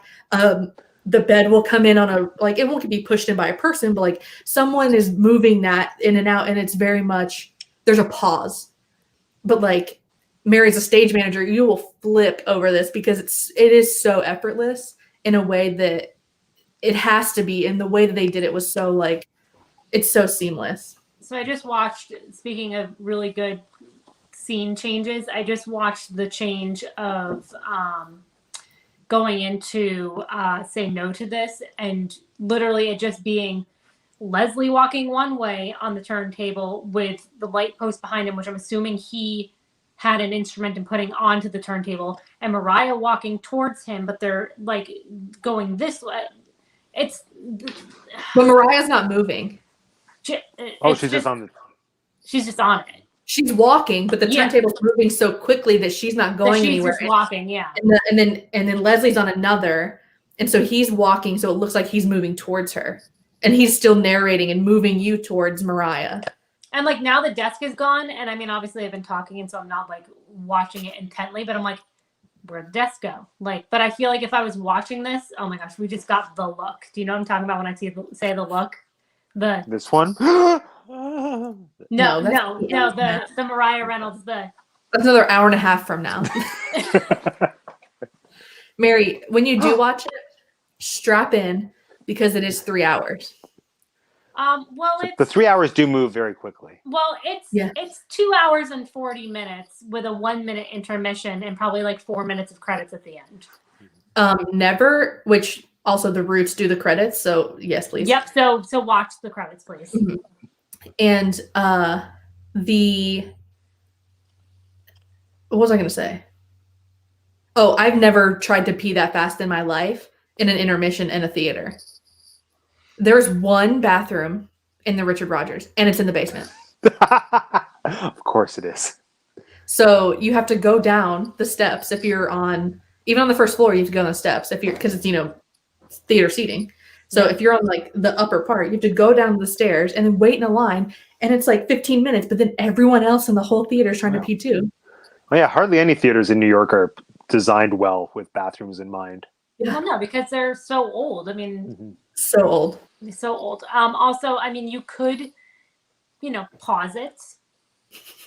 Like when you're watching it on Disney Plus, you could pause it. Mhm. I remember when it first came out, I got up at 6 o'clock in the morning and watched it first thing in the morning. I watched it at 3 o'clock in the morning. Well, listen, some Oh, of us aren't geez. as, some of us aren't as obsessed. Some of us I are waited only until watch. 8 p.m. But like And I made didn't a even whole watch the event. whole thing. I did. I've watched the whole thing straight through twice. I've watched like up to Act 1 probably like 7 times. I normally start the music when I'm in the car at Yorktown and then move forward. Same. Oh my gosh, that's exactly where I start. See, so you're balancing the universe because I watch up until then and listen up until then. I love Act 1. I mean, there's So good. definitely some songs in Act 2 that I'm like, I don't need to listen to. Like, if I'm gonna sit down and like listen to the whole thing, I listen to the whole thing. But like if I'm just like casually listening to Hamilton, there's some songs that I skip, and Oh, yeah. but like most of them are in Act One. Let's be honest. Looking at you, helpless. I always Helpless. Look into your eyes and the It's sky's the limit. I'm it's hopeless. the I do. So good. I can't even get that high. Hey. It's annoying. Ooh. Oh, also, fun fact, I'm almost positive that Lynn introduced her to her husband, I'm pretty which sure is that's just the sweetest thing ever. I'm pretty sure that's true. I'm pretty sure he's Yeah. also a matchmaker on top of just being perfect at everything else. Because I know he's like best friends with Stephen Pascal, and then one day I, for whatever reason, went down a Google rabbit hole and was like, did Stephen Pascal marry anyone after Laura Benanti? Because can you do any better? And apparently he can, and he did. Although, no, I can't say that. I love Laura. Still, though, on par. My favorite moment in the show is happening currently. So if I get distracted, On Helpless? No, we're in Act 2, Matt. Get out of here. And that doesn't do this anything about Act 2. is where I would rewind and rewatch Helpless. See, Rewind. Chris from Orlando's with me. Chris said, I will not stand this helpless hate. I'm watching The Room Where It Happened, and I just Oh, Room Leslie Where It Odom Happened, is- that's like one of my favorite parts on the soundtrack. If we're going way back to like tiny, insignificant moments that we love, just how Lynn says, yeah. It's like, Claremont Street. Yeah. Lynn's yeah is one of my favorite things on that whole soundtrack. No, it's like much more nasally. It's like, yeah. Yeah. I'm sorry, do that again. Yeah. There's a guy on TikTok that like pretends to be Lin-Manuel Miranda, and he's spot on. It's insane. Yeah. Chris from Orlando is also posing a great question. What can't Lynn do? Sing. I feel like he wouldn't be able to design and build a skyscraper. No, you probably could. I think he could design it. I don't think he could physically build it by himself. True. Oh, physically? No. Or I feel like he could design the facade. I don't know that he would know the proper like engineering whatevers, the maths to make sure it doesn't fall. He doesn't account for the books in the library. Mm-mm. It's, man, I can't wait for In the Heights to come out on HBO Max because I will not go to the theater and watch it. I will watch it at home so I can sing out loud. I don't blame you. You can sing out loud at the theater. You just won't be there very long. Yeah, I know. Also, the theaters we have those nasty lay down seats, and I'm like, I don't know what people have been doing in these, so I don't want to go. Oh, I hate those because you have to like engage physically to just sit straight. You can't like if you put any effort to lean back, you're lying down. It's terrible. Yeah, I hate it. Mm-hmm. I don't remember the last movie I saw in the theater. Last movie I I think saw in it the was theater Beauty and the Beast. I can tell you What? exactly the last movie that I saw in theater. So can I. And it was Onward. Onward Me was the last movie too! I saw in theater. Yep, like a week or two before. Yep. I saw the preview of Onward at Disney World when I was there the week before it closed in March last year. Oh, And that's when I was there. then Yeah, remember we were there on the opening day of Runaway Railway at the same time. We've We established were? this. Yes, we I don't discussed remember this that. in the comment sections of our respective videos. And I was like, I was there Oh, this yeah. day too. And you were like, I was in line at 8 a.m. to get on the ride. I was like, I decided to go into the merch line because I had a fast pass for later. That's that day. right. Yeah. Yeah. I was not in the room where that happened. That was However- the only opening ride I've ever done. And I was there at 5:30 Mhm. and I was like pretty normal, like in line, like it wasn't far back. But then they kept pushing the opening and they never like opened the gate. It was so annoying. Yeah, that But was a then- very long day. It was a long day. I had a fast pass for it later. And I was like, but I want to ride it in the morning. And I'm glad I did because when I got off of the ride, like when you exit, Oh, you saw the celebrities? Kevin Rafferty was standing there clapping you off the ride with all the Imagineers that did it. And that was special. And then at the end of when you go out of the door to back outside, guess who was standing there thanking people for coming? Bob Iger. Josh. Josh Tomorrow. Of course, Oh, Josh Josh Tomorrow. So I talked to Josh and I got a pic with him. That's so lucky. And See, um, that story hurts me because I as soon That as could the have been gates opened, I know I was like, what choice am I going to make? Ride Could have been this you. as early as I can, or get the exclusive merchandise? And then in my head, I was like, well, fast pass, so go buy the pins, which I did. Oh, I still got my pins. Yeah, I know. I could have gotten the pins. Oh, And back when we Lucky. could be near each other and Look, I have not no wear mask. Okay, if I can Although- give you guys one piece of homework to do, go What's that? watch the room where it happens. Watch the moment where he jumps off the table, and the guy that's pulling it is the same guy that plays James Reynolds, and he is flawless in just pulling that off of the table and doing whatever he does with it. It looks like he like shoves it in his pants. I don't think that's what he does, but it's not on the chair where it looks like he was putting it. And then he's right back into the dancing. He throws it off stage. Are you sure? Yes. I'm going to watch it again. Not right now, but I'm going to watch it again. I mean, that was a given anyway. Well, I'm gonna watch it. Oh gosh, what do you got there? Is it this? Yeah, Yeah. so he gets up. This is a spoiler alert for Mary. Don't you love how I just had Mary, it look queued up away. to this part perfectly? See, he throws it. It's Oh, there. he does throw it. Okay, but Yeah. still, but then like the next thing you know, he's just back to dancing with the rest of them, and I'm like, whoa, you're so good. Perfection. I think that ensemble is such a bad word for those people because ensemble has been defined in other shows as just people that are filling things or like they don't Adding have in singing where yeah. And they're not background people, but they're filler. extras. Yeah. No, Yeah. I think ensemble's a good. I think chorus is like the more not appropriate word. Like, I Yeah, think but ensemble is then, a really like- beautiful word for like an assembly of people working to support each other and working towards one. Well, I thing. meant ensemble's a bad word for them and Hamilton because I think they're way more than that.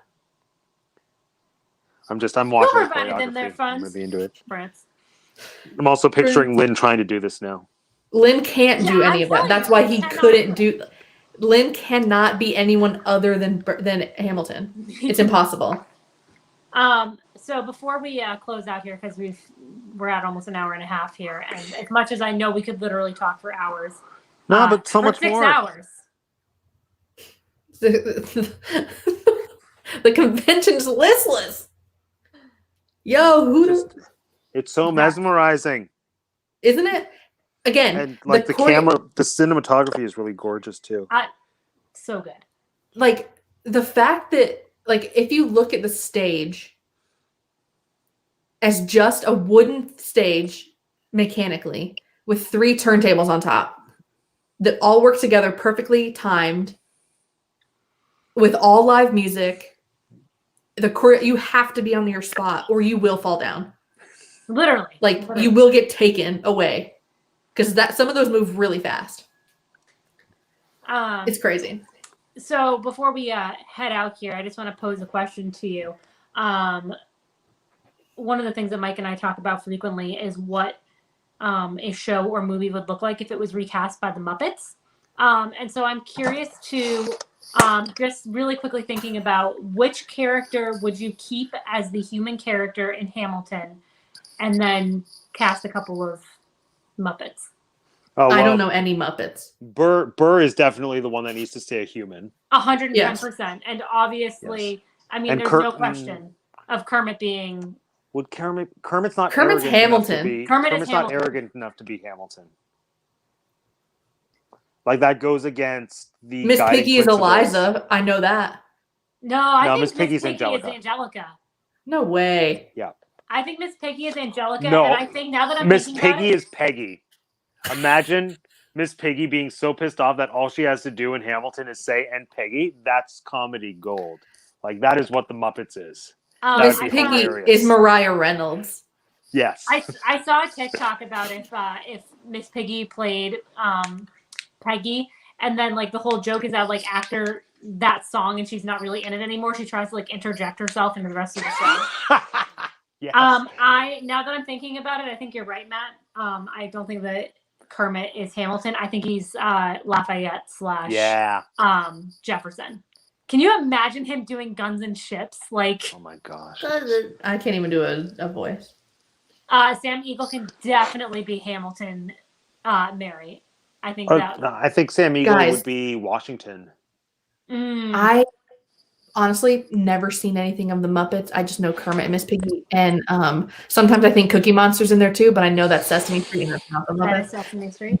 When we do this on my channel, I'm picking a Muppet property. Okay, whatever you want to do, Matt. Your channel is. I was going to next do up. WandaVision, but no, now it needs to be No, Muppets. we have to do WandaVision because it's the Truman Show, but Marvel. I mean, Oh, honestly, I think that our next live stream, since it's going to be on Matt's channel, I think, and it's going to be like a month from now, and WandaVision will just have wrapped up. I mean, I don't see why we shouldn't do WandaVision. True. Oh, no, WandaVision's wrapping up March 5th. So we'll be near the end. Although that could be the sweet spot because we can speculate. We could speculate. I thought it was only like 6 weeks long. Did you see the trailer for tomorrow's episode? I did, and I tagged Matt, and I was like, Matt, WandaVision. She goes in WandaVision. Or, wait, what? No, what's the latest one? It's the 80s, right? WandaVision. The one from the 70s. Oh, but tomorrow will be the 80s, right? Yeah, tomorrow's the 80s. WandaVision. Dude, it's about to blow up. WandaVision. It's Wanda. Possibly and quite Vision. literally, it could blow up. It True. could.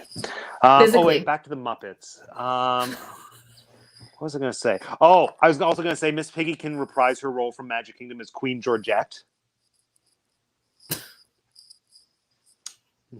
I don't know how I feel. Okay, all right. I'm watching the Washington by Your Side. Also, I wanted to point out for the people still watching, if you've seen Hamilton, you know that Jonathan Groff spits, but he doesn't do that in every show. He only does that for King George because King George is crazy and it's a character thing that he did. Yeah. But I wanted to point out that Ben Platt is the biggest spitter on Broadway, and you can ask anyone that. No, I've heard from people who've seen Groff on stage that like it's a Groffism. I just had a friend who saw him in Little Shop, and I think she actually got sprayed. She got the Groff sauce. The Groff. Yum. Groff sauce. Yeah, that was really poor timing of pouring water. Sorry. Pouring. I was pouring water. You'll be back soon. You'll see. I know, but he drinks a whole bottle of water before he sings on. Oh, really? Yeah, Dude, I because had to he does pee it on so purpose. bad. Are you kidding me? No, he drinks a whole bottle of water just before that song, so he can spit on purpose. No, he has to like go pee right Because after. he thinks because King George was literally insane, Literally. and it's like a crazy person to foam at the mouth, so he like does that on purpose. That's hilarious. Oh gosh, But, I remember like- the memes that came out when that happened. Like when it I'm first like- came on Disney Plus, it was so good. And then I'm looking, I'm like, okay, a little spit, because like if you've seen Dear Evan Hansen with Ben Platt, like I have, and Flex. that was I will flex that because I cannot believe that I saw that original cast and I was by myself and I've never seen anything more beautiful in my life. I was sobbing for 2 hours. I saw original cast of Book of Mormon, hair flip. I know. I hate that. And the so best mad part about of it. that, when I was in line for my standing room tickets, the stage manager or prop master or someone, since I was there like 4 hours or 5 hours before the show, they pulled up in front of the theater and they were like bringing back the dead donkey prop. And so they had to like take the dead donkey out of the car and like put it on the ground for a split second. And this one woman who was in line behind me didn't know. She turned around and then just saw the dead donkey and screamed. And it was one of the greatest moments of my New York traveling life. That's my story. I My mean, it was greatest almost moment- better than seeing the original cast. Hey Matt, you need to take a look at Chris's comment and What Chris say?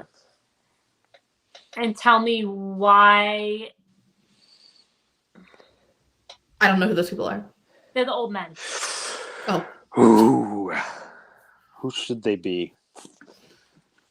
I can't think of a pair of people, really. So I would want to cast them like totally opposite to who they should be. So So- they could be like Angelica, Eliza, and then Piggy could be Peggy. Or they could be Jefferson and Madison. Oh yeah. That'd be hilarious. that's the Because only again, pair. That's really the only pair. Or Hamilton and Washington, but I really like. I like Mary. Can they just be Just have them hecklers? be hecklers. They're just there for the cabinet meetings. Yeah. Or I they mean, could honestly. they could split King George, just criticizing everything. Or My they could favorite just thing is They should just be Canada up in the booth, up in the box seats watching. Just like, what is happening? Just be like, no, we still want to be part of England. Don't ruin this for any of us. No. Stop.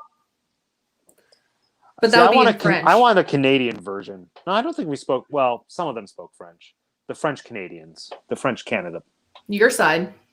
You want your side of the story told? You want your legacy to be I told? want a rap musical based on John A. MacDonald. Where I they're mean, we all know Scottish. who Mackenzie would want a rap musical based off of if it's a Canadian figure in public. Bieber? See, that's not true. Oh, Just Trudeau? because Justin Trudeau has a great that not beard doesn't Trudeau? mean that I want him historically remembered in a musical. Fair That's enough. Trudeau. Yeah. That's what it would be called. Also, wanted to point out there's a ton of women that have been elected to run countries this past week. So, Oh, there could be. Okay, well, we can do. If we're talking about Canadian, his political figures as music, like turned into musicals. I want Kim Campbell, Justin Bieber. the rock opera. Now, Kim Campbell is our only female prime minister. Yes. Justin Bieber and Robin Sparkles, the musical. Oh, that would be good. I'd enjoy that. Them going on tour to malls together. Just to I feel malls. Because I feel like Justin probably went and performed at malls back in Oh, the day. 100%. I definitely Oh. saw plain white tees at a mall before they were huge. Yeah, no. Bieber performed at the theme park I worked at when I was there one summer. Canada Wonderland? Yeah. Oh, you know about CW? I've been to CW. Oh, when? I Maybe went- you saw me on stage. Maybe I went May of 2010. Oh no, I was long gone by then. Oh, yeah. No. Remember, I was in I'm the baby. kids I'm the show. baby of the group. That was my senior wait. year trip.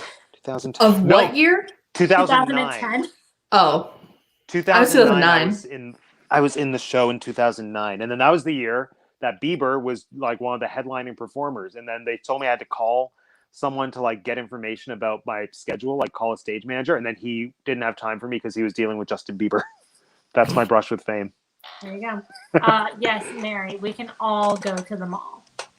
but then can we go to the beach and like get really upset about it?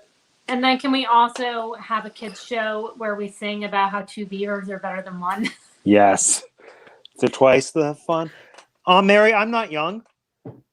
I graduated class of 2005 or 6 or one of those. He's so old he can't remember what year he I graduated. know. Well, I did an extra year. So like my grade 12 year was the year I graduated, but then I stayed because I wanted to be in West Side Story. And so I did Why the would you extra stay in high school? That's because a I wanted to nightmare. be in the music. I went to an amazing art school. It was so much Well, fun. The I know. musicale. Yes. and- Musicale. Yeah, we did like a full scale musical in the fall, and then the following, like in the spring, we got a full scale play. In between that, we did about 5 to 7 one-act plays. Oh, it was so good. That's amazing. So- Even though I Mary, I never- never Last- thought that you graduated in 04. Yeah, never. Question for the group. How many shows were you in life? Well, ones Do- that I would count. Do I have to get my Let me- resume? Okay, well, Matt doesn't count because Matt's been in like 1,000. Starting, I would say my first real show was 5th grade. I was Slightly Soiled in Peter Pan. Nice. And then I played Nancy in a 6th grade production of Oliver. So inappropriate. So inappropriate. Yeah, I don't. Papa, that's how it goes. As long 7th as grade, you- I understudied Cinderella. 8th grade, I was in Honk, the musical. I was Ida, the mama duck. Honk? Oh, look it up. It's a beautiful thing. Yeah, it's the musical. It's the Ugly Duckling musical. Yep. I've done Music Man. I've done Christmas Carol. I've done How to Succeed in Business Without Really Trying. I've done High School Musical twice. I've done Footloose twice. Once as an ensemble, and then my senior Nice. year, I was the mom, whatever her name was. Can't remember off the top of my head. Which mom? Ren's mom or Ariel's mom? Ariel's mom. I was What's her Vi. name? Okay. Mm. And then that's when I stopped doing musical theater, and that was my really short-lived musical theater life. Yeah. I'm gonna see if I can remember. Because I have my resume, but it only has my. I just need a professional number, credits. Matt. I don't need a list. I couldn't give you the 'Cause- number, but I knew I could give you the list. Oh no, I can give you. Let's see, Guess how many I was in? 15. 0. It's either gonna be really high or really low. 0. I'm still counting. Hold on. I went to musical theater camp for many, many years, but I decided that I was going to paint sets. Yeah, you are. What Oh are yeah, you doing in a I love tree? painting sets. I've done that. Tons I of times. just painted the sets, and then I sang in the chorus. Couldn't tell you. They were like, it was like Christian music camp. You know what I mean? Like at Ew. church. So like I mean- Godspell. Jesus I Christ wish. Superstar. Jesus Yes, Christ. Jesus Christ Superstar. I feel like that's the last thing a Christian music camp would allow you to No, see. it was like cheesy musicals, and I had one. Oh, where is my hairbrush? The musical. I wish that would have been better than what we did. Yeah. Where is my hairbrush? Dun, dun, dun, dun. That's a bop. Dude, all the details. Oh, where is my hairbrush? And that's still counting. It's gonna be 400 hours from Okay, now. no. Well, I have 17 credits on my resume that I like hand out to people, but that's just like a mix of university and professional work. Prior to those 17, my first musical was Starmites, which needs to make a resurgence because it's an amazing show that no one's heard of. Okay, oh wait, I need to tell everyone about Starmites. Starmites, it was nominated for Best Musical in like '89. And it It's was like so you far watch how ahead many of its people are time. viewing go down. I know, right? Go. It is about a comic Just book, Martha. this comic book girl who like loves comics, but her mom is like, comics are making you a nerd. We're throwing them out. And so I know. And so then she gets sucked into the world of her favorite comic book called Starmites, and she becomes a superhero and has to help save the comic universe. And it is so cheesy and awful, but amazing. And it needs to come back. That is the main point of the story. So that was my first ever musical. I was a superhero, like a kid superhero in Starmites. Then I did Alice in Wonderland the year after that. Then Who were you in Alice in Wonderland? Tweedledum. Hmm. Definitely Then not Tweedledee. I was in Les Mis in grade 10. We were the first Canadian high school to ever do Les Mis. That was very exciting. I was almost Were you Jean Thénardier. Valjean? I wish. I was in the final running for One Thénardier day. and Javert, and then I was cast as random student. So I got to sing things like "We've guns enough, but ammunition short." Like I was that. And "How long, O Lord, before you let me die?" I was that kid. Then Wow, you were that kid. I know. I was not cast in Sound of Music. I am and that kid was right bitter. now. And actually, since I wasn't cast in Sound of Music, that's when I like joined the props team. That was fun. Into the Woods, I did in grade Into the 12, Woods, which was Into my the Woods. favorite. You were And- Jack, weren't you? No, I was turned down for Jack when I was in grade 10. But my high school production, I was the mysterious man. Then I got to be the baker like 5 or 6 years later. Which You was were the James dream. Corden. I was. I want to say I was better, but I'm sure. I liked James Corden as the baker. He's good. He's fine. The movie was just misguided. So then that was that, and then. But he was the original baker on Broadway, wasn't he? No, he wasn't. The original baker on Broadway was in 1987. It was Chip Zien, who was also Howard the Duck in the Howard the Duck movie. And then when it was revived in 2002, it was Stephen DeRosa. And when it was in the West End, I can't remember who it was in the West End. When they did it in Central Park in 2012, 2012, when they did it in Central Park with Amy Adams as the baker's wife, it was he's on American Horror Story and Dennis O'Hare, and it was the worst performance I've seen of any human being, professional, amateur, or anything. You sure it wasn't Dylan McDermott? I'm 100% sure. Dylan McDermott would have been so much better. Dennis he's O'Hare on the new Law and Order show, and I'm so upset about it. I cannot express how painful it is to make a trip to New York City to see your favorite show of all time staged and to have your favorite role of all time that you yourself have played and have very high standards for absolutely butchered by someone who is being paid big bucks to perform like one of the most beautiful musical theater roles ever. And I should not sit in an audience and know your lines better than you. Do you want to take a guess of what's on TV right now? Into the Woods, starring Lynn Dennis forgetting his O'Hare. lines. Hold on. Does this give you a hint? Oh no. World Oh, it's turned the chair upside thing? down. Hurricane. World turned upside. No, Oh, hurricane. hurricane? Okay. You're already a hurricane? Yeah, we're about to hit the Reynolds pamphlet. There is. Hold on, wait. I'm Wait, reading the wait. comments, and I want to do a The Starlight Reynolds stream. pamphlet.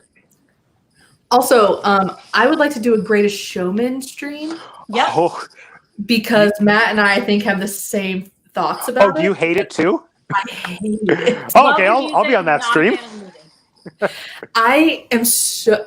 This is a preview. I get so angry listening to the soundtrack of. I love the music, but it makes me angry that it's not mixed well. It is quiet, Fair. and then in the movie, you have to turn up the dialogue and then quickly lower it when a song comes on because they did it opposite. It's Correct. so loud when the music comes on, and you can't hear anything when anyone's talking. By the way, I just watched the choreography on Reynolds pamphlet. I don't think it's the Disney Plus version, but there is a version where that's the exact moment because I just watched where David Diggs is here and Philip is here, and then they switch. And I'm pretty sure that's where he goes under his legs because he didn't move, but it's not in this one. Oh, I get angry at Greatest Showman, and everyone's like, why didn't it win an Oscar? Or I'm like, because it's not good. because And it's Remember not Me is a done better well. song. Yeah, like also because if you know anything about music and mixing music, just because Pasek and Paul did something doesn't mean it deserves an Oscar. Doesn't mean it deserves to get produced. True. Golly. Dude, From Now On, though, is one of my, like, if I'm in a mood No. and I just need to The felt music is something, great. that's what I It's just felt. poorly mixed. It And is it's so horrible. upsetting because it, like, I need to, like, I could take it and just fix it. Like, I just need, Fair. I couldn't like- tell you what the first verse of From Now On says because I've never heard it.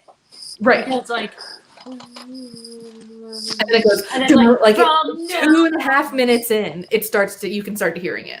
Yep. Like, no, sorry. I should There's be able just to so many hear it things the wrong second with it that starts. movie. So many things. Like, CGI is bad. And it's so. Anyways, we can do that another Hugh time. Jackman is too old. And I love Hugh Jackman, but he's way too old. I that think role. Michelle Williams is the star of that movie. I think Who, Zach, sir? Oh, I forgot she was in it. I think Zac Efron is the. Oh, Zendaya. We love Zendaya. Man, I wish she had bigger part. Yeah. Zendaya is my dream casting for the Starmites movie that I was producing in my mind a couple days ago. Because she would be so good. If New people- video on Matt's if people- channel I- coming next week. Actually, yes. Write this down. Well, not next week. It's on my to-do list about the Starmites movie that I would direct if I had the money and ability. But it stars Zendaya and either Jennifer Hudson or Queen Latifah. I haven't decided who would be a better diva. Because, like, the supervillain is this woman named Diva, and she has this amazing song that Jennifer Hudson would sing perfectly, but Queen Latifah would act the role better. So, I don't know. Jennifer Hudson in Color Purple, like as Yeah. like she can kill it. Listen, I don't know if Jennifer Hudson can do comedy. That's the thing. Oh yeah, she's funny. Hey Martha, I think that your sentiments are reflected well here. I saw Greatest Showman with Martha. I watched it She three said times she in liked the it. theater. Why? My mom kept making me go. Come on, Mom. But so I guess maybe that's the last movie I saw in theater. But I walked out every single time and go, this would be a better play, like a better stage show. Like on stage, this would kill it. We already Hey. have a Barnum musical, though. I don't know much about it, but I feel like it's probably better all around. I don't know. I just think that why would you take actors that are literally Broadway actors and put them on a film? Just make a musical. Oh, but it takes introduced less the world to Kiala. Was that her name? Kiala Saddle? Yeah, but she was already in Waitress. That's true, but like now everyone knows who she is, and she's the kind of Yeah. person that deserves that exposure that she probably wouldn't have had otherwise. So like for that reason, I like it because now just everyone knows how incredible she is, and she's probably had opportunities. Well, not probably, she has that she wouldn't have had like were it not for that mediocre, if not crappy movie. So like I like what it gave us. It's like with Moulin Rouge. I hate the movie, but I like what it paved the way for.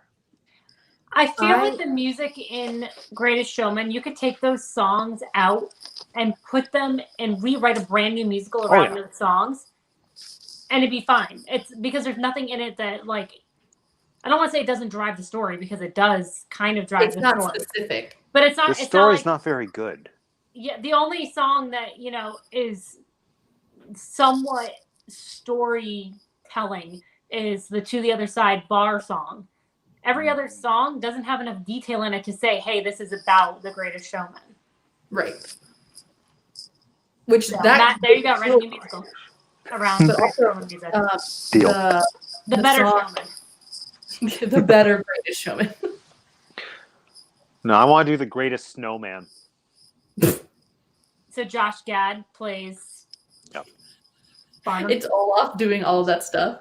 Yes. But then it's Yes, actually even better. LeFou just in a snowman costume. I mean, honestly, I'd watch that. Same. All right, well, we've derailed when we said we were going to stop, and it's been 20 minutes. Wait, hold on. What's that movie with Christina Aguilera that's better than Moulin Rouge? Burlesque? Burlesque. Yes. I've not seen Burlesque. I've Is not Sharon seen there? it. The only place I feel like I remember the poster. I remember Cher for a is in couple that. months, yeah, there was that poster that had Cher and Christina Aguilera in black and white. And I thought, what is this? Burlesque is way better than Moulin Rouge. It has Julianne Hough in it. It does have Julianne Hough in it. Oh no! I For a always second, forget I was thinking of Showgirls for a second. I was like, wait a second, are we Oh, confusing with no. that movie everyone hates from the I 80s hate or whatever? Showgirls. Jesse Spano. Oh boy! All right, well let's wrap this up. MacKenzie, tell everybody where they can find you besides just in the description box down below. Give details about your channel. Do whatever you want to do to tell people about yourself. This is my channel name. It's me, and this is my face, and that's what you'll see when you search this on the It's internet. It's also in the link down. It's in the description down below as well. It's in the description down below, and I do travel videos and tech videos of camera stuff and just hanging out. Whatever you want to do. Delightful. Whatever I want to do. I do whatever. I don't do Disney anymore, so don't come for that. Unless you want to watch old I'll do stuff. my old videos, which is fine too. I mean, you can come back to Disney anytime. I would love to see your face here. Oh no, I'm still going to Disney. I just don't want to film it anymore. Okay. You'll probably enjoy it more. I know. It's been a hot minute since I've had a camera in my hand. Since I've not had a camera in my hand to actually enjoy something. Yeah, I'll tell you the days. I mean, now that we're here and we go at least once a week, if not more. We typically go like every Friday night and every Saturday. The dream. We've What gone a couple locals? of days. What? What locals you are. What locals we are. There's been a couple days where like we don't bring the camera in at all. I'll take pictures, like as a park goer, but not really thinking about it as a creator. And it's great. It's so nice to have those days where I can just go and ride Everest and not be like, oh, should I be taking Everest. video of the Of the cube? Yeti? Of Disco Yeti. Well, good. Yeah, go find MacKenzie at MacKenzie Taylor and see her travel to other places, but then eventually come back to me because I need her back here. I'll be in Florida at least in December. You'll At be Disney. back. Soon And we you'll already see. have plans to go places together once the world is not turned upside down, True. including many hopefully Hamilton Canada references. if somebody will Do you have want to come to Austin with me Sure. Texas. Ugh. for New Year's? Yeah. Why not? We talked about this the other day. Matt might have been sleeping when we had that conversation. That wasn't in that I don't think conversation. that was Yeah, in that was- ours. That was It was just you and I. That was just an AB conversation. Oh, I kind of lived in Texas So for a little bit. get out. I've had my Texas fill. Although there's one restaurant in Texas that I love. That's like one of my favorite places in the world. It's the Star Drugstore. the oldest drugstore in the United States of America. It has the same like facade out front. The menu is delicious, although that was based on the standards of when I was only eating cruise ship food for like 5 days out of the week, and then had like that one window of an hour when I could have normal food. So maybe it made it taste better. But So is this in Galveston? it is. How'd you know? Because that's where the cruise ships live. That's the only place you can get to on a cruise ship in Texas. Yes. Mackenzie's like, Yes. okay, do I write this down and go to this place? Because No. Oh yeah. Galveston was actually probably quite nice as a tourist. Austin is the only city that appeals to me in Texas. But Galveston has the Star Drugstore and Target. Austin. You have no Austin. idea what a big deal that Target was. When you're stuck on a cruise ship, a Target is like the beacon. That's where you go to get your goldfish crackers and Starbursts. I love goldfish. what a life. Oh yeah, so good. Matt, Yes. where can people find you on the internet? Oh, so on YouTube it's Teacup for One. It's link in the description, etc. On Instagram it is at YipChuck, and everywhere else it's Teacup for One. The channel is mostly Disney, but then also mostly filmy things, and then sometimes I just throw up random surprises if I've like directed something and I figure I want people to see it, so I'm just gonna push it on the biggest following I have, which is a following that expects me to talk about Disney or Funkos, but sometimes I'll surprise them with like, here's Rear Window in 1 minute. I uploaded that video last night. Yeah, it's on my queue to watch. Is it? Thank you. Here to watch. Thank you. No, because there's a radio station here in Canada that's having a 1 minute movie contest. The prize is $10,000. I really want to win $10,000. American or Canadian? Canadian, so Canadian. like $5 to you guys. But I really want to win Cup of coffee right there. $10,000. There's It's your not like Starbucks. $5. Yeah, and so It's yeah, way the more whole than thing was you had to remake a movie from start to finish in 1 minute. Except I tried to be too intellectual about it, and I tried to take it seriously. Then I looked at my competition, and there's some really funny stuff that other people have done where they've like done 1 minute parodies of movies, and they're better. But I still think mine is good, and I want to win at least the audience favorite prize. So if I make it to the top 10, I'm Which is encouraging what? everyone to vote. $1,000. I mean, I that's know. still $1,000. I know. So everyone, in conclusion, please keep tabs on my 1 minute Rear Window, because if it makes it to the like top 10, then that's when people can vote and get me $1,000, which Absolutely. I could really use. Well, you've at least got the 2 votes from us, and I'm Huzzah. sure. I You mean, have the votes. You have the votes. Votes. You don't need congressional Canada's approval. Canada's approval, and you have 2 American votes. Aw, Mary said she hopes I win. Thank you, Mary. Okay, so good. You've got 3 votes because Mary will vote for you too. Yes. And of course, obviously, you guys can find me here on this channel, videos every Monday, etc., etc. Mike's got some ideas of things that he wants to do in the works, which actually involves these 2 over here. I'm so excited. Caesar salad. That's the dumbest thing. I will say that Mike looked at me after the conversation with you guys, and he goes, macaroni and cheese and Caesar salad. Like, Hold on. I corrected myself. yes, you did correct yourself, but then we asked other friends as well, and they also were like, okay, what do we eat besides pizza and burgers? And Mike's like, what is with these people? But yes, Well, because there's Mike some said non-Disney Mike stuff said coming. childhood favorite. Yeah, I mean, he probably should have been more specific of kind of what he was going If for. he wants like refined palate, that's when I would have said like a nice cut of prime rib, cooked to medium rare. No, I love prime rib. Prime rib's so good. So good. And with And like sort of part of the cow, oh, except for like- its tongue. Yorkshire pudding, that would be delicious. I'm trying to think of delicious side dishes now. I'm really hungry. Do you want a Caesar salad? I actually have one in the fridge. Ever since we had that conversation, that's become my dinner every night. As I've Hey. gone to the grocery store and gotten like a huge Caesar salad, and that's like the thing I look forward to now. I am not apologetic for what I said for chicken and dumplings and fried chicken and banana pudding, because that is a Southern delicacy in all ways. And you just have to go to Regal Eagle and get that stuff, which is you can also get your dumplings at Regal Eagle. Regal Eagle, you get don't get banana enough pudding. food for your money. The only thing at Regal Eagle that's worth anything is the banana pudding. Yep. Oh, I didn't get that. I got the brisket, and it was so small for like $12, $13. The food at Regal Eagle is mediocre. Polite Pig, if you want barbecue on Disney, we can have another chat about this. But Polite Pig on if you want barbecue is better than Regal Eagle. I believe it. But Polite Pig doesn't have banana pudding. That banana pudding at Regal Eagle is literally identical to my grandmother's thing, and so whenever I eat it, I think of her. I love In her pink tank top. In her pink tank top, which Mike better buy. He doesn't get it's a hot pink tank top. Do you have any photos of that you could send to him? No, I wish. Okay, well, I hated having her photo taken. I'll text you options of the hot pink. Hot pink tank top. Well, ribbed like wife beater. Oh my god. Well, I'm gonna call that good, especially because I'm watching Philippa Sue and Lin-Manuel Miranda just sob on screen right now. Is she doing the? No, it's the Quiet Uptown. It's Quiet Uptown. I like how I know this. Yep, it's because I'm timing things in my head.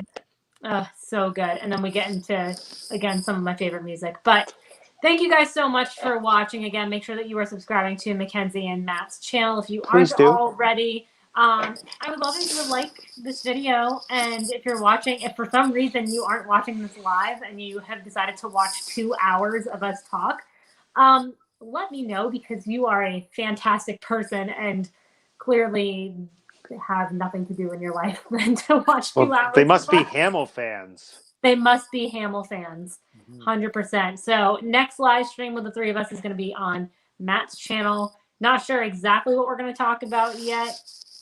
We're going to figure it out. It might be Muppets. It might be... Oh, I'm going to pick something good. It might be The Greatest Showman. Oh, wait, you wanted something good. We can just hate on The Greatest Showman. Maybe I'll just send you the Starmites album. And I'll listen to Starmites. Do you like how both of us were like... Yeah, do we want to do that, though? We're going to do something. Maybe we'll just sit and talk like the last half hour. The best Canadian things. Starmites, the mighty Starmites, the pumpkin. I think that's a great time to end this with Matt just kind of taking it away. So, thank you guys so much for watching. And Mary has a question. Oh, well, what is it? Thursday. We're open to dates. Who knows? Maybe. If you have a date that works better that you would like to watch it on, I mean, not gonna say that it's going to be on whatever day you choose, but it could be put into consideration. Yeah, we just kind of picked a Thursday because we were like, oh, we know, a couple of other people do live streams on different days, and we didn't want to kind of interfere with the other people that we also like to watch and that are also kind of part of our, our YouTube community and such. Thursday was open. Thursday was open, and it also worked with all of our schedules. But yeah, we will definitely, well in advance let you guys know when that's going to be, what we're going to talk about. Matt will make a really good graphic of the three of us. It'll probably still be the teacups, but it'll be something else. But all right, with that, have a Hamilton day. I don't know if that's a good. Is there a good Hamilton sign off? Oh, yes, I do. Matt, I need you to do the ending of Hamilton as the end of this live stream. Like as Philippa or as one of the bad ones? As Philippa. As Philippa. So just imagine, he has to take his glass. Well, because I have to pretend that Lynn is turning me around to look and then see the audience of the show he wrote. When they tell your story, is it now? who dies, who tells your story?